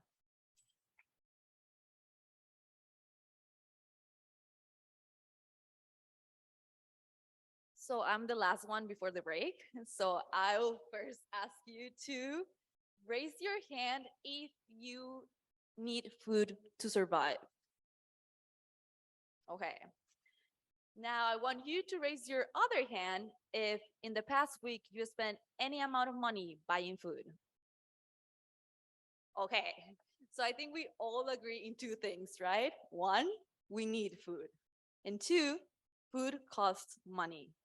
Okay, so my name is Fernanda Diaz Osorio, and I was born and raised in a city in the south of Mexico called Oaxaca, well known for its food. So I'm a food lover, and today I'll be talking about food waste and food labels. And for that, I have this apple. So I want you to look beyond the obvious. I want you to see, when you see this apple, also the water, the fertilizers, all the pesticides, all the labor hours, transportation costs, and all the resources that are used to produce this apple and for me to have it today. And then imagine that someone puts a best before date in it. And then you look at it and the date is from last week. You look at it, looks good, probably it's gonna taste good, but you're so confused about the date and you're like, I'm gonna play it safe and throw it away because I don't know why there's a date there. And then, oh, remember, you're not just throwing away the apple. You're throwing away the water, the fertilizers, the pesticides, the labor hours, the energy, the transportation costs, just because you were confused. Oh, even if you compost it. So I started thinking about it and I was like, food labels are confusing. What do they mean? Can I eat milk? Like, can I drink milk after the best before date? What about meat? Does cereal go bad? So sorry, I got nervous. Food labels are misleading and they're not clear and regulation. So I do think we need a policy change. It's like, I start looking, it's like, what are the rules? What are the rules for making like labels? And there's no clear regulation about best before dates. And it's still, we throw away so much food based on it. And let's be clear, food waste is an environmental issue. We are using all these resources to produce food that we don't even eat. All those resources could be used for something different. And I want to make something clear, and I want to thank Paul Taylor here, who's my mentor, for making me realize this. And I think it's very important to make the differentiation. Food waste is an environmental issue, and it's a very important issue, but it should not be confused, and it should not be, like, we shouldn't be thinking about it as a solution for food insecurity. People in Canada are going hungry to bed, not because I'm not finishing my plate, not because I'm choosing to put an apple in the compost. People in Canada are going hungry to bed because they don't have enough money to buy food. So when I'm talking about food waste here, I'm talking about it as an environmental issue. And we should do policy and make changes to reduce it, but it should not be used as a solution for food insecurity, because it is not. And that being said, I think we should push forward more policy changes to make food labels clear, transparent, and easy to understand. And if you're curious and want to learn more and find out if cereals do go bad or not, if like the can like actual best before date makes it uneatable, you can check my policy brief. My name is Lucero Gonzalez, and I am a recent immigrant to these lands, and I am an uninvited guest from Mexico. So first, I want to start by raising my hands in gratitude and solidarity to the First Nations, Métis, and Inuit people of these lands, to the lands that raised me, and to my ancestors. Ya se vienen las lluvias, or the rainy season is coming, my mom would say. Sorry.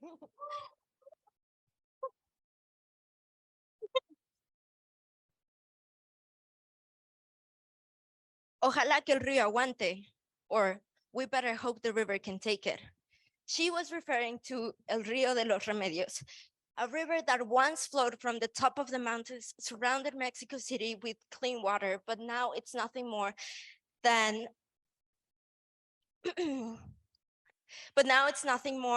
a series of gray and black water canals that pass through mainly lower income neighborhoods. I was in elementary school when the river flooded the entire first floor of my house, leaving my mom and my brother trapped in the second floor, and leaving me, my dad, and my sister unable to go in and help them. When the government finally pumped the water out a few days after, we were left wondering, don't people care? Why are we facing this when other communities are not? And more importantly, what do we do to heal from this trauma? My community was only one of many communities around the world that have long known the dangers of not being white and wealthy. Maybe we did not know the exact terminology, but we were suffering from environmental racism. The term was defined in 1982, and it refers to the environmental policies or practices that racially discriminate against Black, Indigenous, and people of color, and deliberately target them to toxic waste facilities and pollution.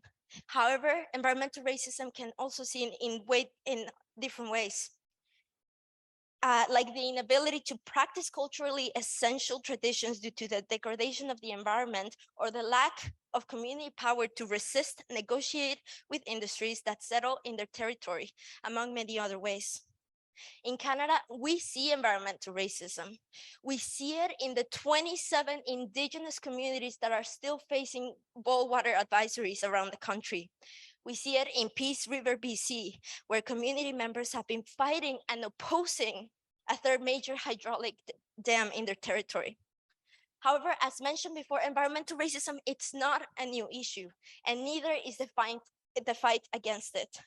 And now, after years of courageous advocacy and work from community groups, the issue is finally on the table of federal policymakers in the form of the proposed Bill 226, a bill that, if passed, it would require the Minister of Environment and Climate Change Canada to create a national strategy to assess, prevent, and address environmental racism.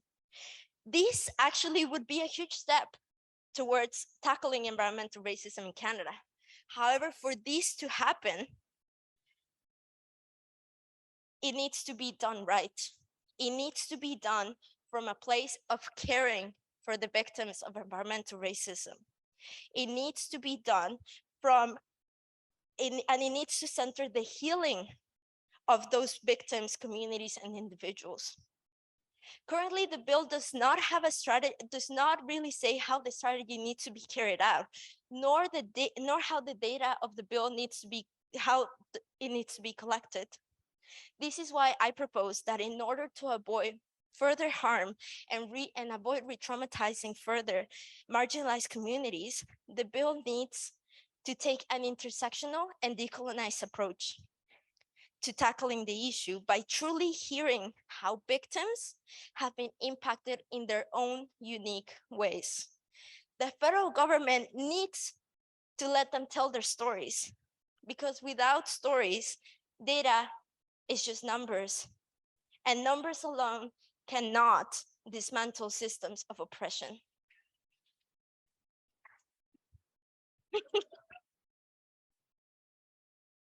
As the grandmother perspective puts it, we need to know because we care. So, do we care? Do you care? My own story and experience with environmental racism guided this policy ask.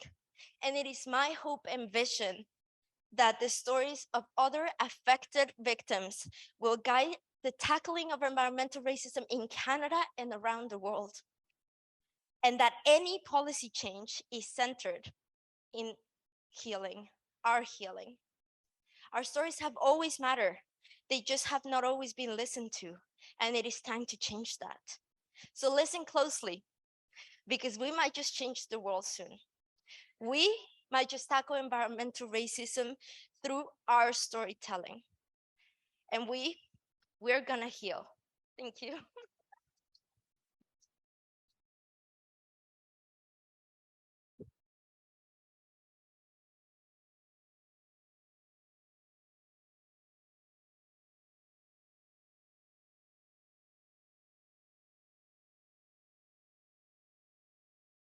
Thank you so much, Lucero. Next, I would like to invite up Jenna.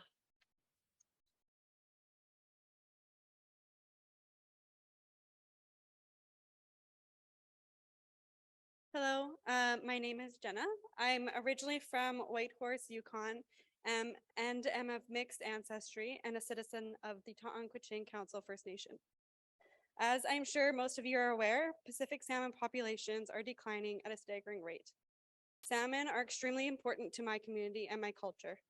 I remember helping out at a culture camp with my nation about 10 years ago.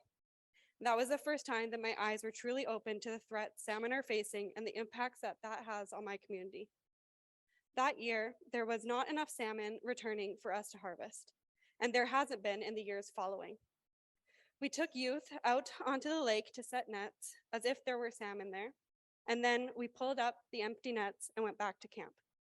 My community had brought in salmon from a neighboring community with higher returns, and we used those fish to pass along important teachings such as cutting the fish, canning, smoking, and respecting the fish. I left that camp being thankful that my community found a way to share those teachings with me, even with a lack of salmon. But I also left knowing that I had a job to do to bring the salmon home to my community and to other communities along the Pacific Northwest that are also being impacted in similar ways.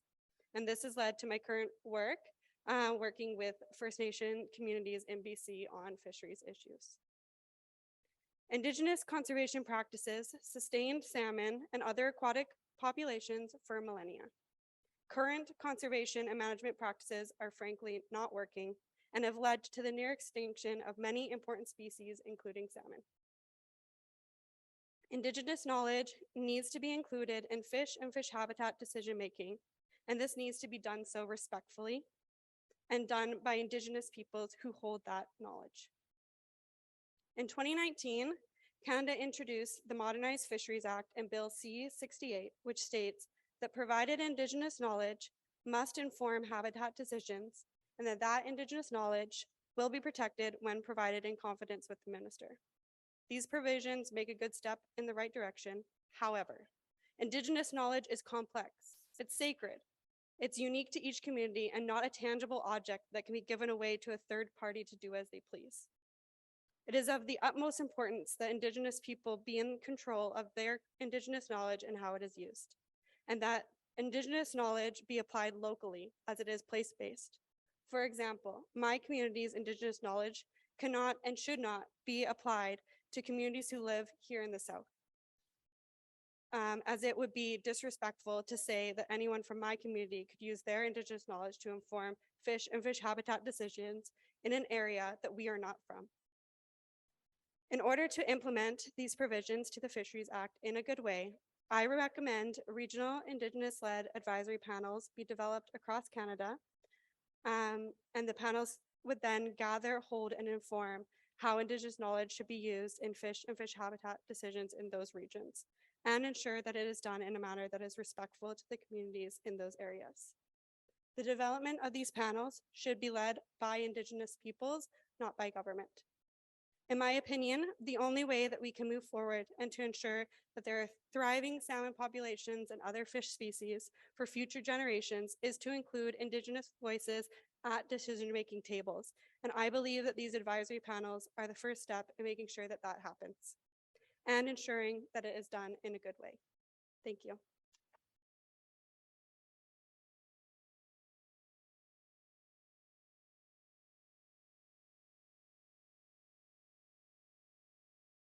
Thank you so much, Jana. Next, I would like to invite up Wei Chun.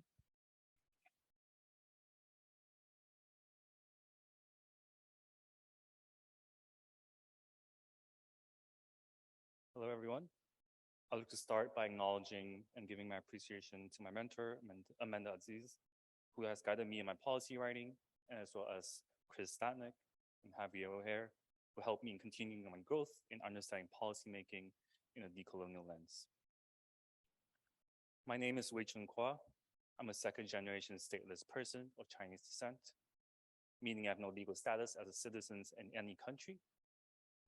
And solely because of my legal status, people see and treat me differently my entire life, even from those whom I share similar intersecting identities with. I experienced discrimination, bullying, questions from immigration officers, and I often have to reaffirm of where I was born and from, and to prove that my travel documents were legitimate and that I'm not illegal. This is what led me to leave my family back home in order to pursue education and in the hopes of obtaining citizenship in Canada. It wasn't until I arrived in Canada and started learning more closely about the immigration process and realized how discriminatory and unfair the immigration pathways to permanent residency is. I came to Canada as an international student. I have been living in unceded and ancestral territories of the Coast Salish peoples for 6 years. I'm currently on my non-renewable postgraduate work permit, trying to meet the requirements to obtain permanent residency status, but it is anything but easy or fair. Despite graduating with a 4-year degree from SFU and spending thousands of dollars on international tuition fees, which is more than 4 times that of domestic fees, I'm still required to take an English exam that costs hundreds of dollars. I also have to pay an application fee of $1,000, and the work experience requirements are overly complicated and exclude too many jobs that are not high wage or quote unquote skilled. I'm afraid I will not meet all the requirements in time, lose my permit, become undocumented, and be deported. This is a very and real possibility for me in the next 2 years.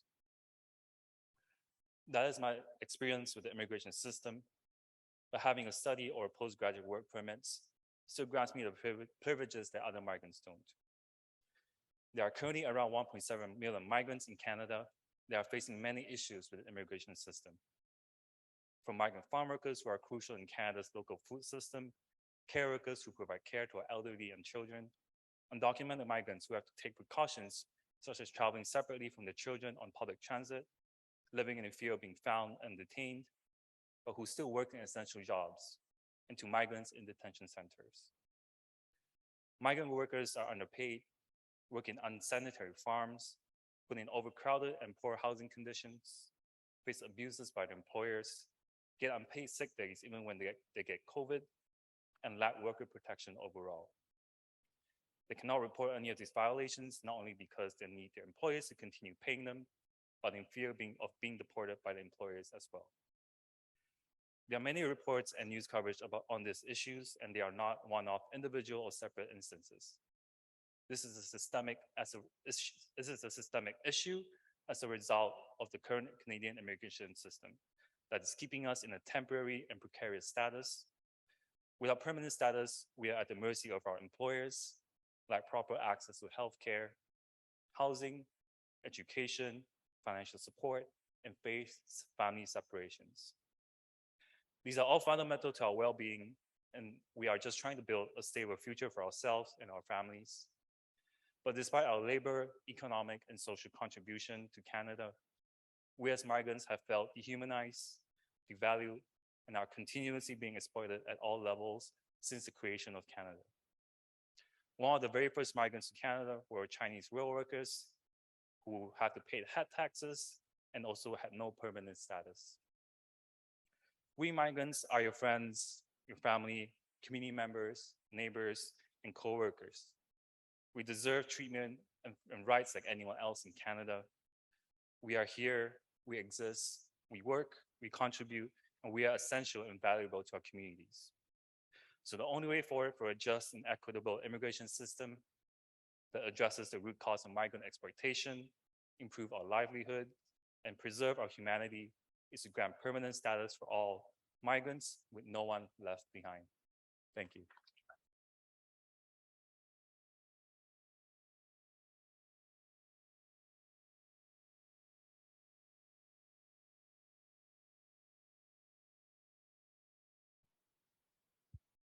Thank you so much, Wei Chen. Next, I would like to invite up Kristen.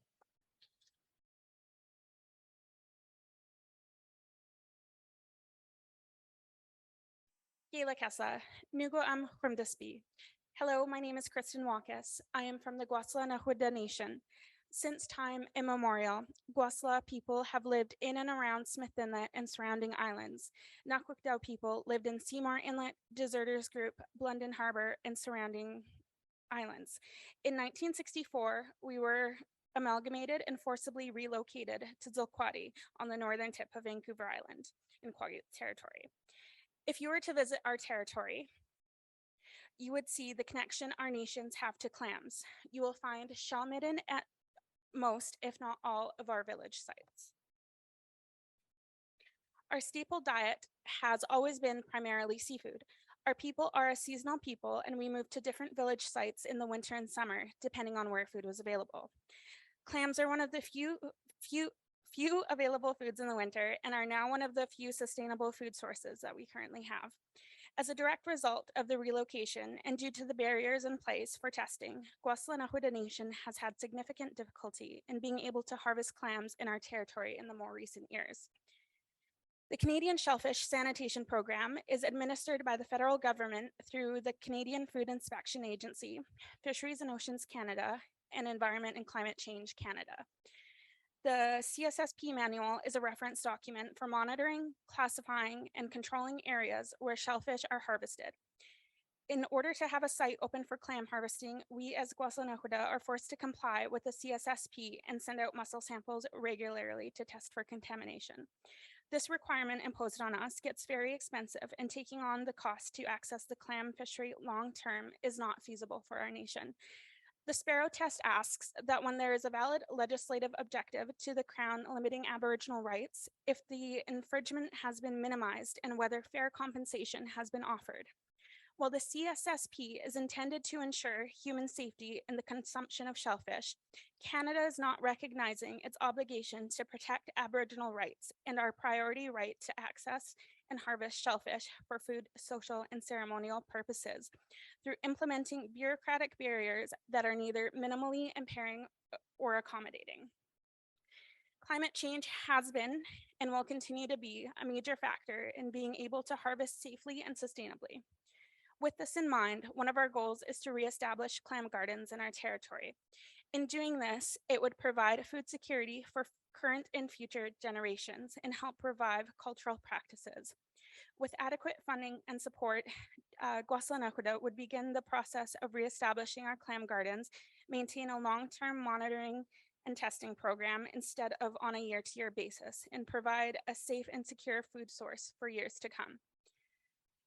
In conclusion, while ensuring bivalves are safe for consumption, it is also imperative to ensure that regulations don't restrict First Nations from harvesting completely.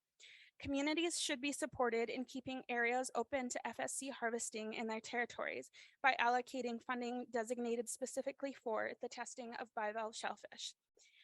Due to the ongoing effects of colonialism, I, like many of my generation, are not familiar with some of our traditions and practices.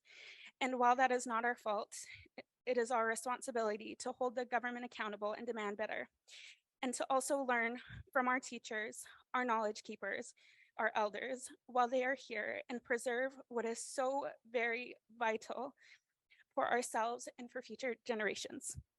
Gela kasa.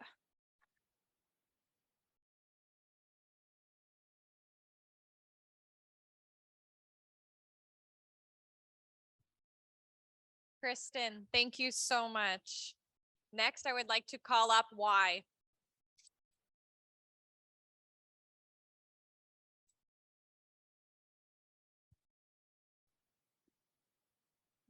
Can people hear me all right in the back? Cool. Got my emergency bubbly. We're good. Okay. So, hi, my name is Y. My pronouns are they and she, and I am a first generation settler, immigrant settler in the Hong Kong diaspora. So that was me crossing the finish line in Whistler after riding 122 kilometers from Stanley Park 2 weeks ago. And thank you. And cycling up the Sea to Sky was probably the hardest thing I've ever done in my life. And while my legs did physically get me up there, I couldn't have done it without my village of supporters. First off, road cycling is very expensive. So I've started road cycling in 2020 when my friend gave me their old road bike. And even though I had gotten it for free, I still had to pay a few $100s to upgrade all the components and to make it rideable again. And it was a 17-year-old road bike, super heavy. All my friends made fun of me for it, but it was my baby, and I had every intention of riding that up the Sea to Sky 2 weeks ago. But right before my event, I had another friend who offered to sell me their bike. And that was a much nicer, fancier, louder bike. And they also gave it to me at a discount. And they also allowed me to pay them in installments because I couldn't afford the lump sum. And so that is an example. Those are examples of supportive communities that I've had, and I'm very grateful to be a part of. And I know I look really cool there. And let me tell you, Lycra is not cheap. And I don't think there's anything that I was wearing that day that I did not pay, that I paid in full price. The shoes that I was wearing, I got on sale, which meant exchanging them was really difficult. And they were a size too big. And so by the time I got to the 90th kilometer, I could not feel my feet or my toes. And I just had to keep pedaling for 30 kilometers. And even though everything was discounted, that kit was about still $1,000, which is a lot, even though I was able to get pieces here and there throughout over the 2 years. And beyond the financial investments, the investment of time is also something that I had the luxury of, and what a luxury that time is. For the months leading up to the event, I had been training 2 to 3 times a week, 8 to 12 hours. And this is only possible because I didn't have a second job on the weekends, and I don't have major caretaking responsibilities. My parents took care of our dog. And all of these little and big things added up and set me up for success so that I could achieve my goal. And so shout out to my village. So why am I telling you all this when I'm supposed to be telling you about my policy presentation, or presentation brief? My policy project is called the Adventure Gap, increasing access to the outdoors for marginalized communities. What I've told you about road cycling is also true about other recreational sports. Snowboarding, skiing, mountain biking, you name it, they'll most likely apply. And I thought the best case study to share with you would be myself, because it was so recent. And the high costs of entry is a really, really real thing. And I've been very lucky to be part of the right circles, though I've had the opportunity to participate in so many different kinds of outdoor recreation. My vision is for the barriers of entry to come down, and because it is a crucial component of the collective mental and physical well-being of our communities. And as we talk about increasing access to the outdoors, it would be an extreme oversight to ignore the fact that these activities take place on the traditional unceded stolen territories of the Indigenous people, and that they once used this for ceremony and sustenance. And Indigenous people continue to face systemic discrimination and oppression. And these are things to think about and to openly discuss as we talk about increasing access to these lands recreationally. In order for the outdoors to be truly accessible, it is imperative that Indigenous communities play a key role in the decision-making process and how the land should be used. Finally, I'll leave you a few questions to reflect on the next time you're on the trails. Ask yourself, what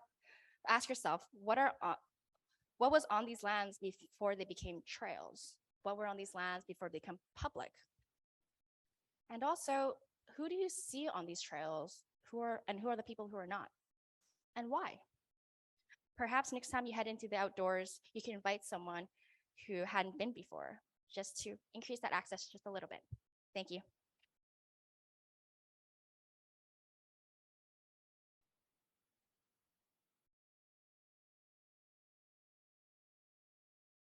Thank you so much, Y. Next, I would like to invite up Yara.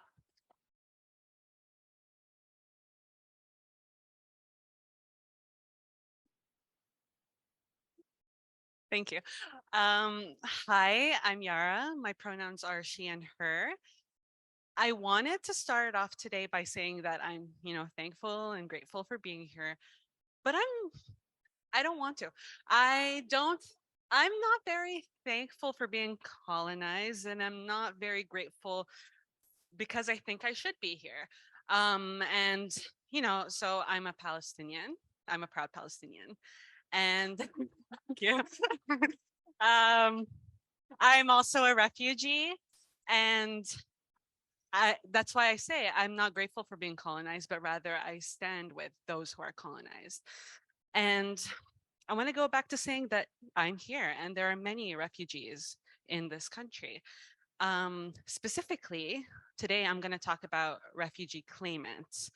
Refugee claimants are people who come as asylum seekers for a variety of reasons, whether that's conflict, war, or oppression in a variety of ways. Often that oppression is perpetrated by colonial governments like Canada and the UK and so on and so forth. So I'd like to invite you just for the next couple of minutes to put yourself in the shoes of a claimant. You're seeking asylum, you have to wait more than 2 years to get any sort of decision. And what do you do in that time? You're just kind of like burning away your time and your lived experience and your expertise. Okay, maybe you are like, I want to study, but you're an international student. Oh my God, you have to pay more than 5 times what a domestic student would have to pay. And you are like this young, skilled and educated person with so much to offer, and you just can't access education. And we're talking about like more than 700 people who are between the age of 25 and 35, who are more than capable of going to school. So institutions consider claimants to be international students, and claimants are just told to be grateful and to just wait until they have more rights. So if institutions truly believe that in equity, they would recognize that refugee claimants should have a separate category and they should be considered domestic students. In fact, I believe institutions should be chasing after claimants and not keeping them out, because they would further enrich the student community and not just be people who need help or people who are charity cases. They in fact will probably teach you a lot more than you can teach them. And I think that's worth paying attention to. So how would you feel if you wanted an education and you couldn't get it because you can't afford it? So join me today in recognizing the right for accessible and affordable education, especially for claimants who each hold a unique lived experience that institutions should be seeking. It's about time that the policies of post-secondary institutions caught up. Refugee claimants are here, and they're going to continue to be here because the world is in shambles. So allow claimants to be domestic students and pay domestic fees so that we can have a further thriving society and actual diversity. Thank you.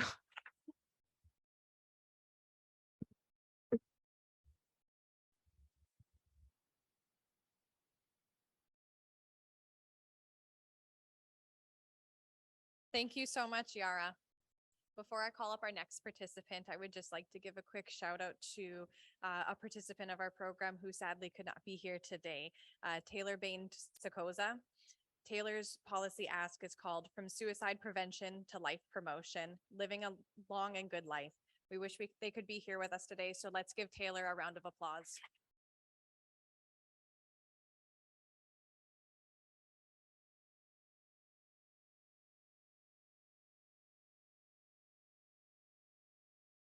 Last but not least, I would like to call up Taylor A.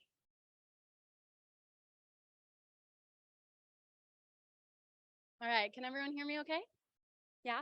Okay. Buju, Taylor Art Nadishnikaz, Tutanawazabing, and Dojaba. First off, I would like to provide a trigger warning and just say that my policy ask will be mentioning gender-based and sexual violence. If you need to step out, I will not be offended. I've had to step out many times in my life. And if you need support or resources after, please come and find me. I've got a list available for you. It's time we had the talk. You know the one I'm talking about. The overwhelming majority, 97% of us, will engage in sexual activity at some point in our lives. However, only 28% of us understand what it means to give consent. This is in part because our sexual education curriculums have failed to teach young people how to respect one another's boundaries. This failure comes with reprehensible consequences. 50% of women in Canada report that they have felt pressured to consent to unwanted sexual activity. 44% of women in Canada report experiencing some form of psychological, physical, or sexual violence by an intimate partner at some point in their life. And for those with identities at multiple intersections of marginalization, like my own, we know that these rates are even higher while our access to justice is lower. Gender-based and sexual violence is 100% preventable, but it will take major shifts in policy to create a world without violence. That's why today I'm asking you to place consent at the forefront of our sexual education curriculums. In my research, I sought the answers to one question. What should youth be taught in their sexual education classes so that they enter their adulthood knowledgeable about consent? After conducting a thorough review of best practices, I came up with a list of recommendations for the government of British Columbia to implement. Number one, schools need to explicitly mention consent in their sexual education lessons. Teaching students how to effectively give consent and respect the consent of others contributes to a safer world for us all. Number two, students need to be taught that they have a role to play in eradicating gender-based and sexual violence. By including everyone in these conversations, we ensure that misconceptions about gender-based and sexual violence are dispelled and that this violence is no longer deemed merely a women's issue.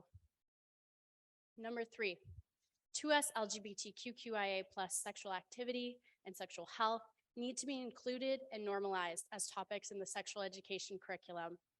Having representation that extends beyond identity ensures that our curriculum is relevant for all students. Number 4, digital and printed resources need to be developed so that parents and guardians can understand why the lessons covered in sexual education are so necessary. This will garner their continued buy-in to the curriculum as it undergoes transformational change.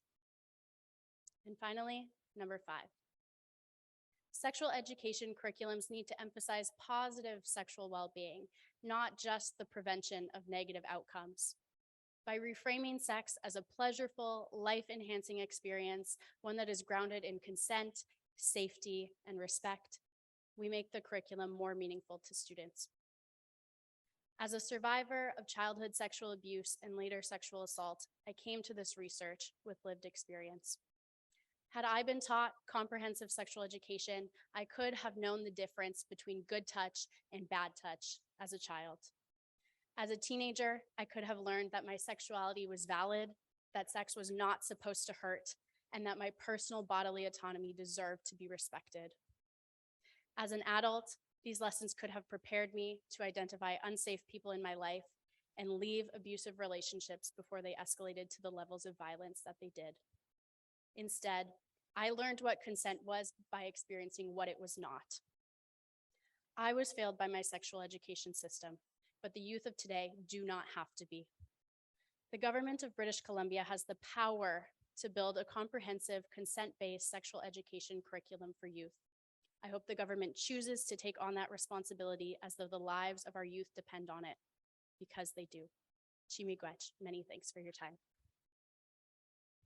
It is with great honor that I would like to extend a huge congratulations to our YPP 2022 cohort. Your hard work and dedication is paid off.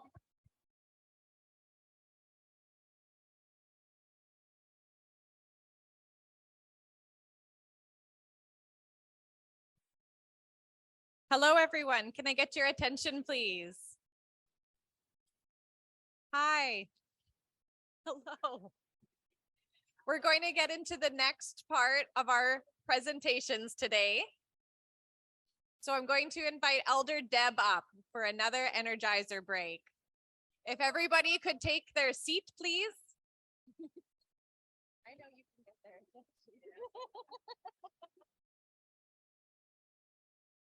Testing.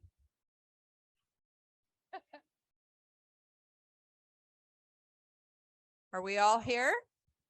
So we did the spiritual energy, we did the physical energy. Now I want to do the energy of gratefulness. So I'd like our cohort to stand.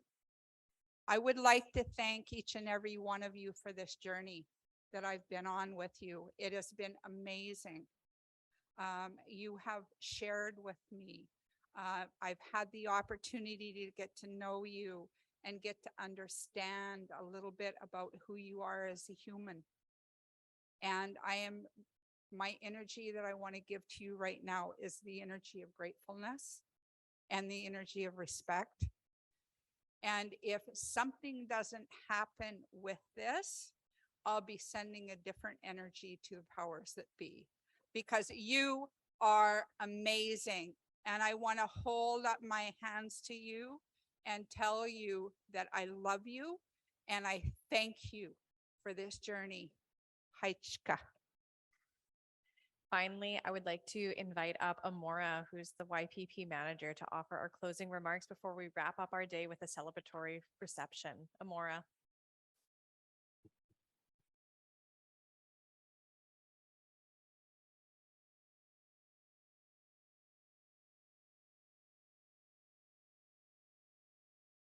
Wow. This has indeed been a special day, and I hope the YPP participants take a moment to take it all in.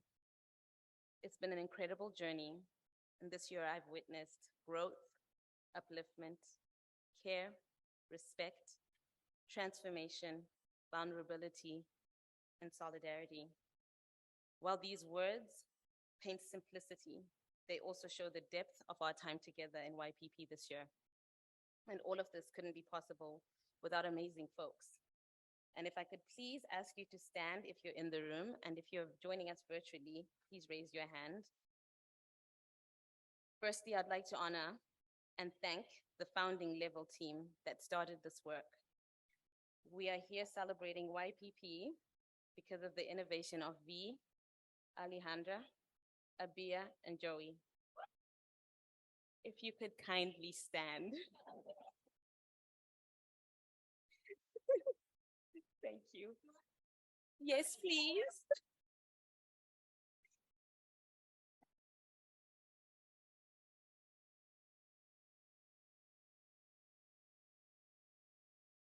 Thank you. It's because of the care and intention you put into designing this impactful program that we are here today. Thank you. And if I could ask you to stand and keep standing. And next, I'd like to thank the mentors and faculty who are dedicated to generously sharing their wisdom, expertise, and lived experiences with our participants. Please may you stand up.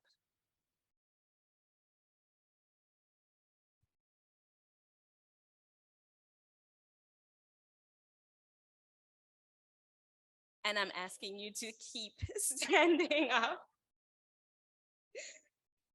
It is important that our emerging leaders see themselves reflected in you and the groundbreaking work that you do in the spaces you occupy. And please remain standing. And then next, I'd like to thank the level advisors. If you could also stand up. Mo, I see you. Ida, I see you. Please stand.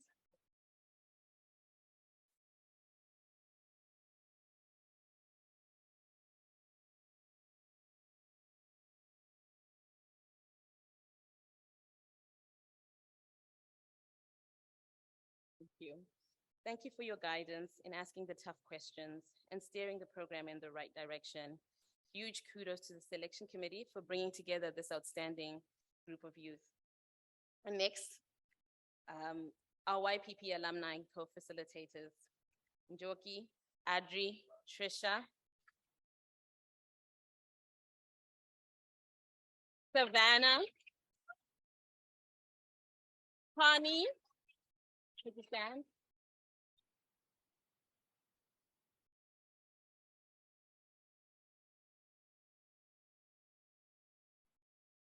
This year was delivered from your lens and your experiences. We appreciate you giving back to the program you love so dearly by building upon your YPP experiences and sharing your passion and care to enrich the program delivery. You have truly made this a unique and life-changing experience.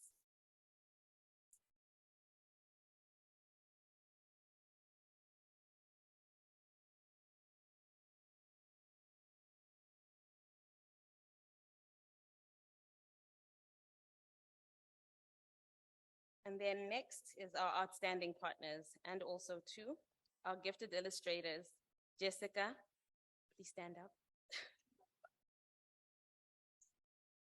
Himalite and Yaimel, our talented photographers, Mike and Nebu, please stand up.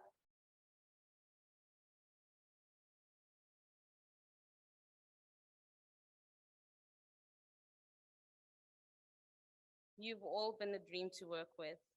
And next, close to my heart, the current level team, Reka, Joey, Jenny, Esther, and our real MVP, Dempsey.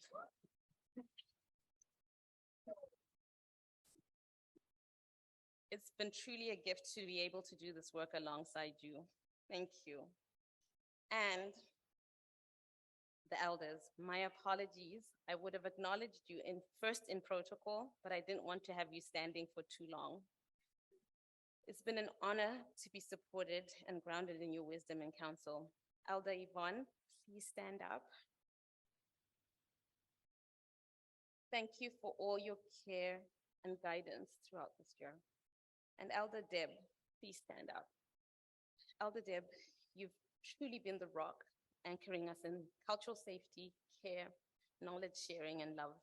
It's been a blessing to have you a part of this program.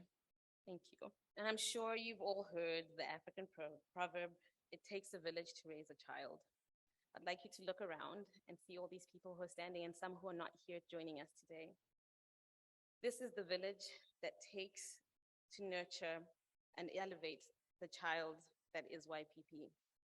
And we couldn't have done any of this hard work without your support. Thank you. Now you're welcome to sit down. We have so much to be proud of, and most importantly, our YPP participants. I won't make you stand. It's been an absolute gift and honor to be on this journey with you. We have been fortunate to have you in YPP, especially for this cohort. We sincerely hope it's been a transformational journey you carry with you always. Jessie said vulnerability is good. And tears are welcome in YPP, right, Ali? May you continue to be brave, bold, open to making mistakes, learning from them, taking up space, claiming your power, using your voice. Keep moving forward in solidarity to ensure that policy will start to work for us too. You're truly your ancestors' wildest dreams and our hope for a more equitable future. Thank you. And I'd like to say special thanks to the team that made today possible, our incredible speakers, Kawamira and Jessie Wente, for their incredible wisdom and words, and to the Yes AV team and Salish and Catering for nurturing us, and to the Musqueam Cultural Centre for grounding the celebration on this land, on their land. And my final thanks is to all of you for taking the time to come and support 16 amazing Indigenous, racialized, immigrant, and refugee leaders. We hope you had a great time today and you'll commit to joining us in taking this work forward. Where I'm from, Zimbabwe, we show appreciation by saying Majuka, Piabonga, thank you. Enjoy the reception, thank you.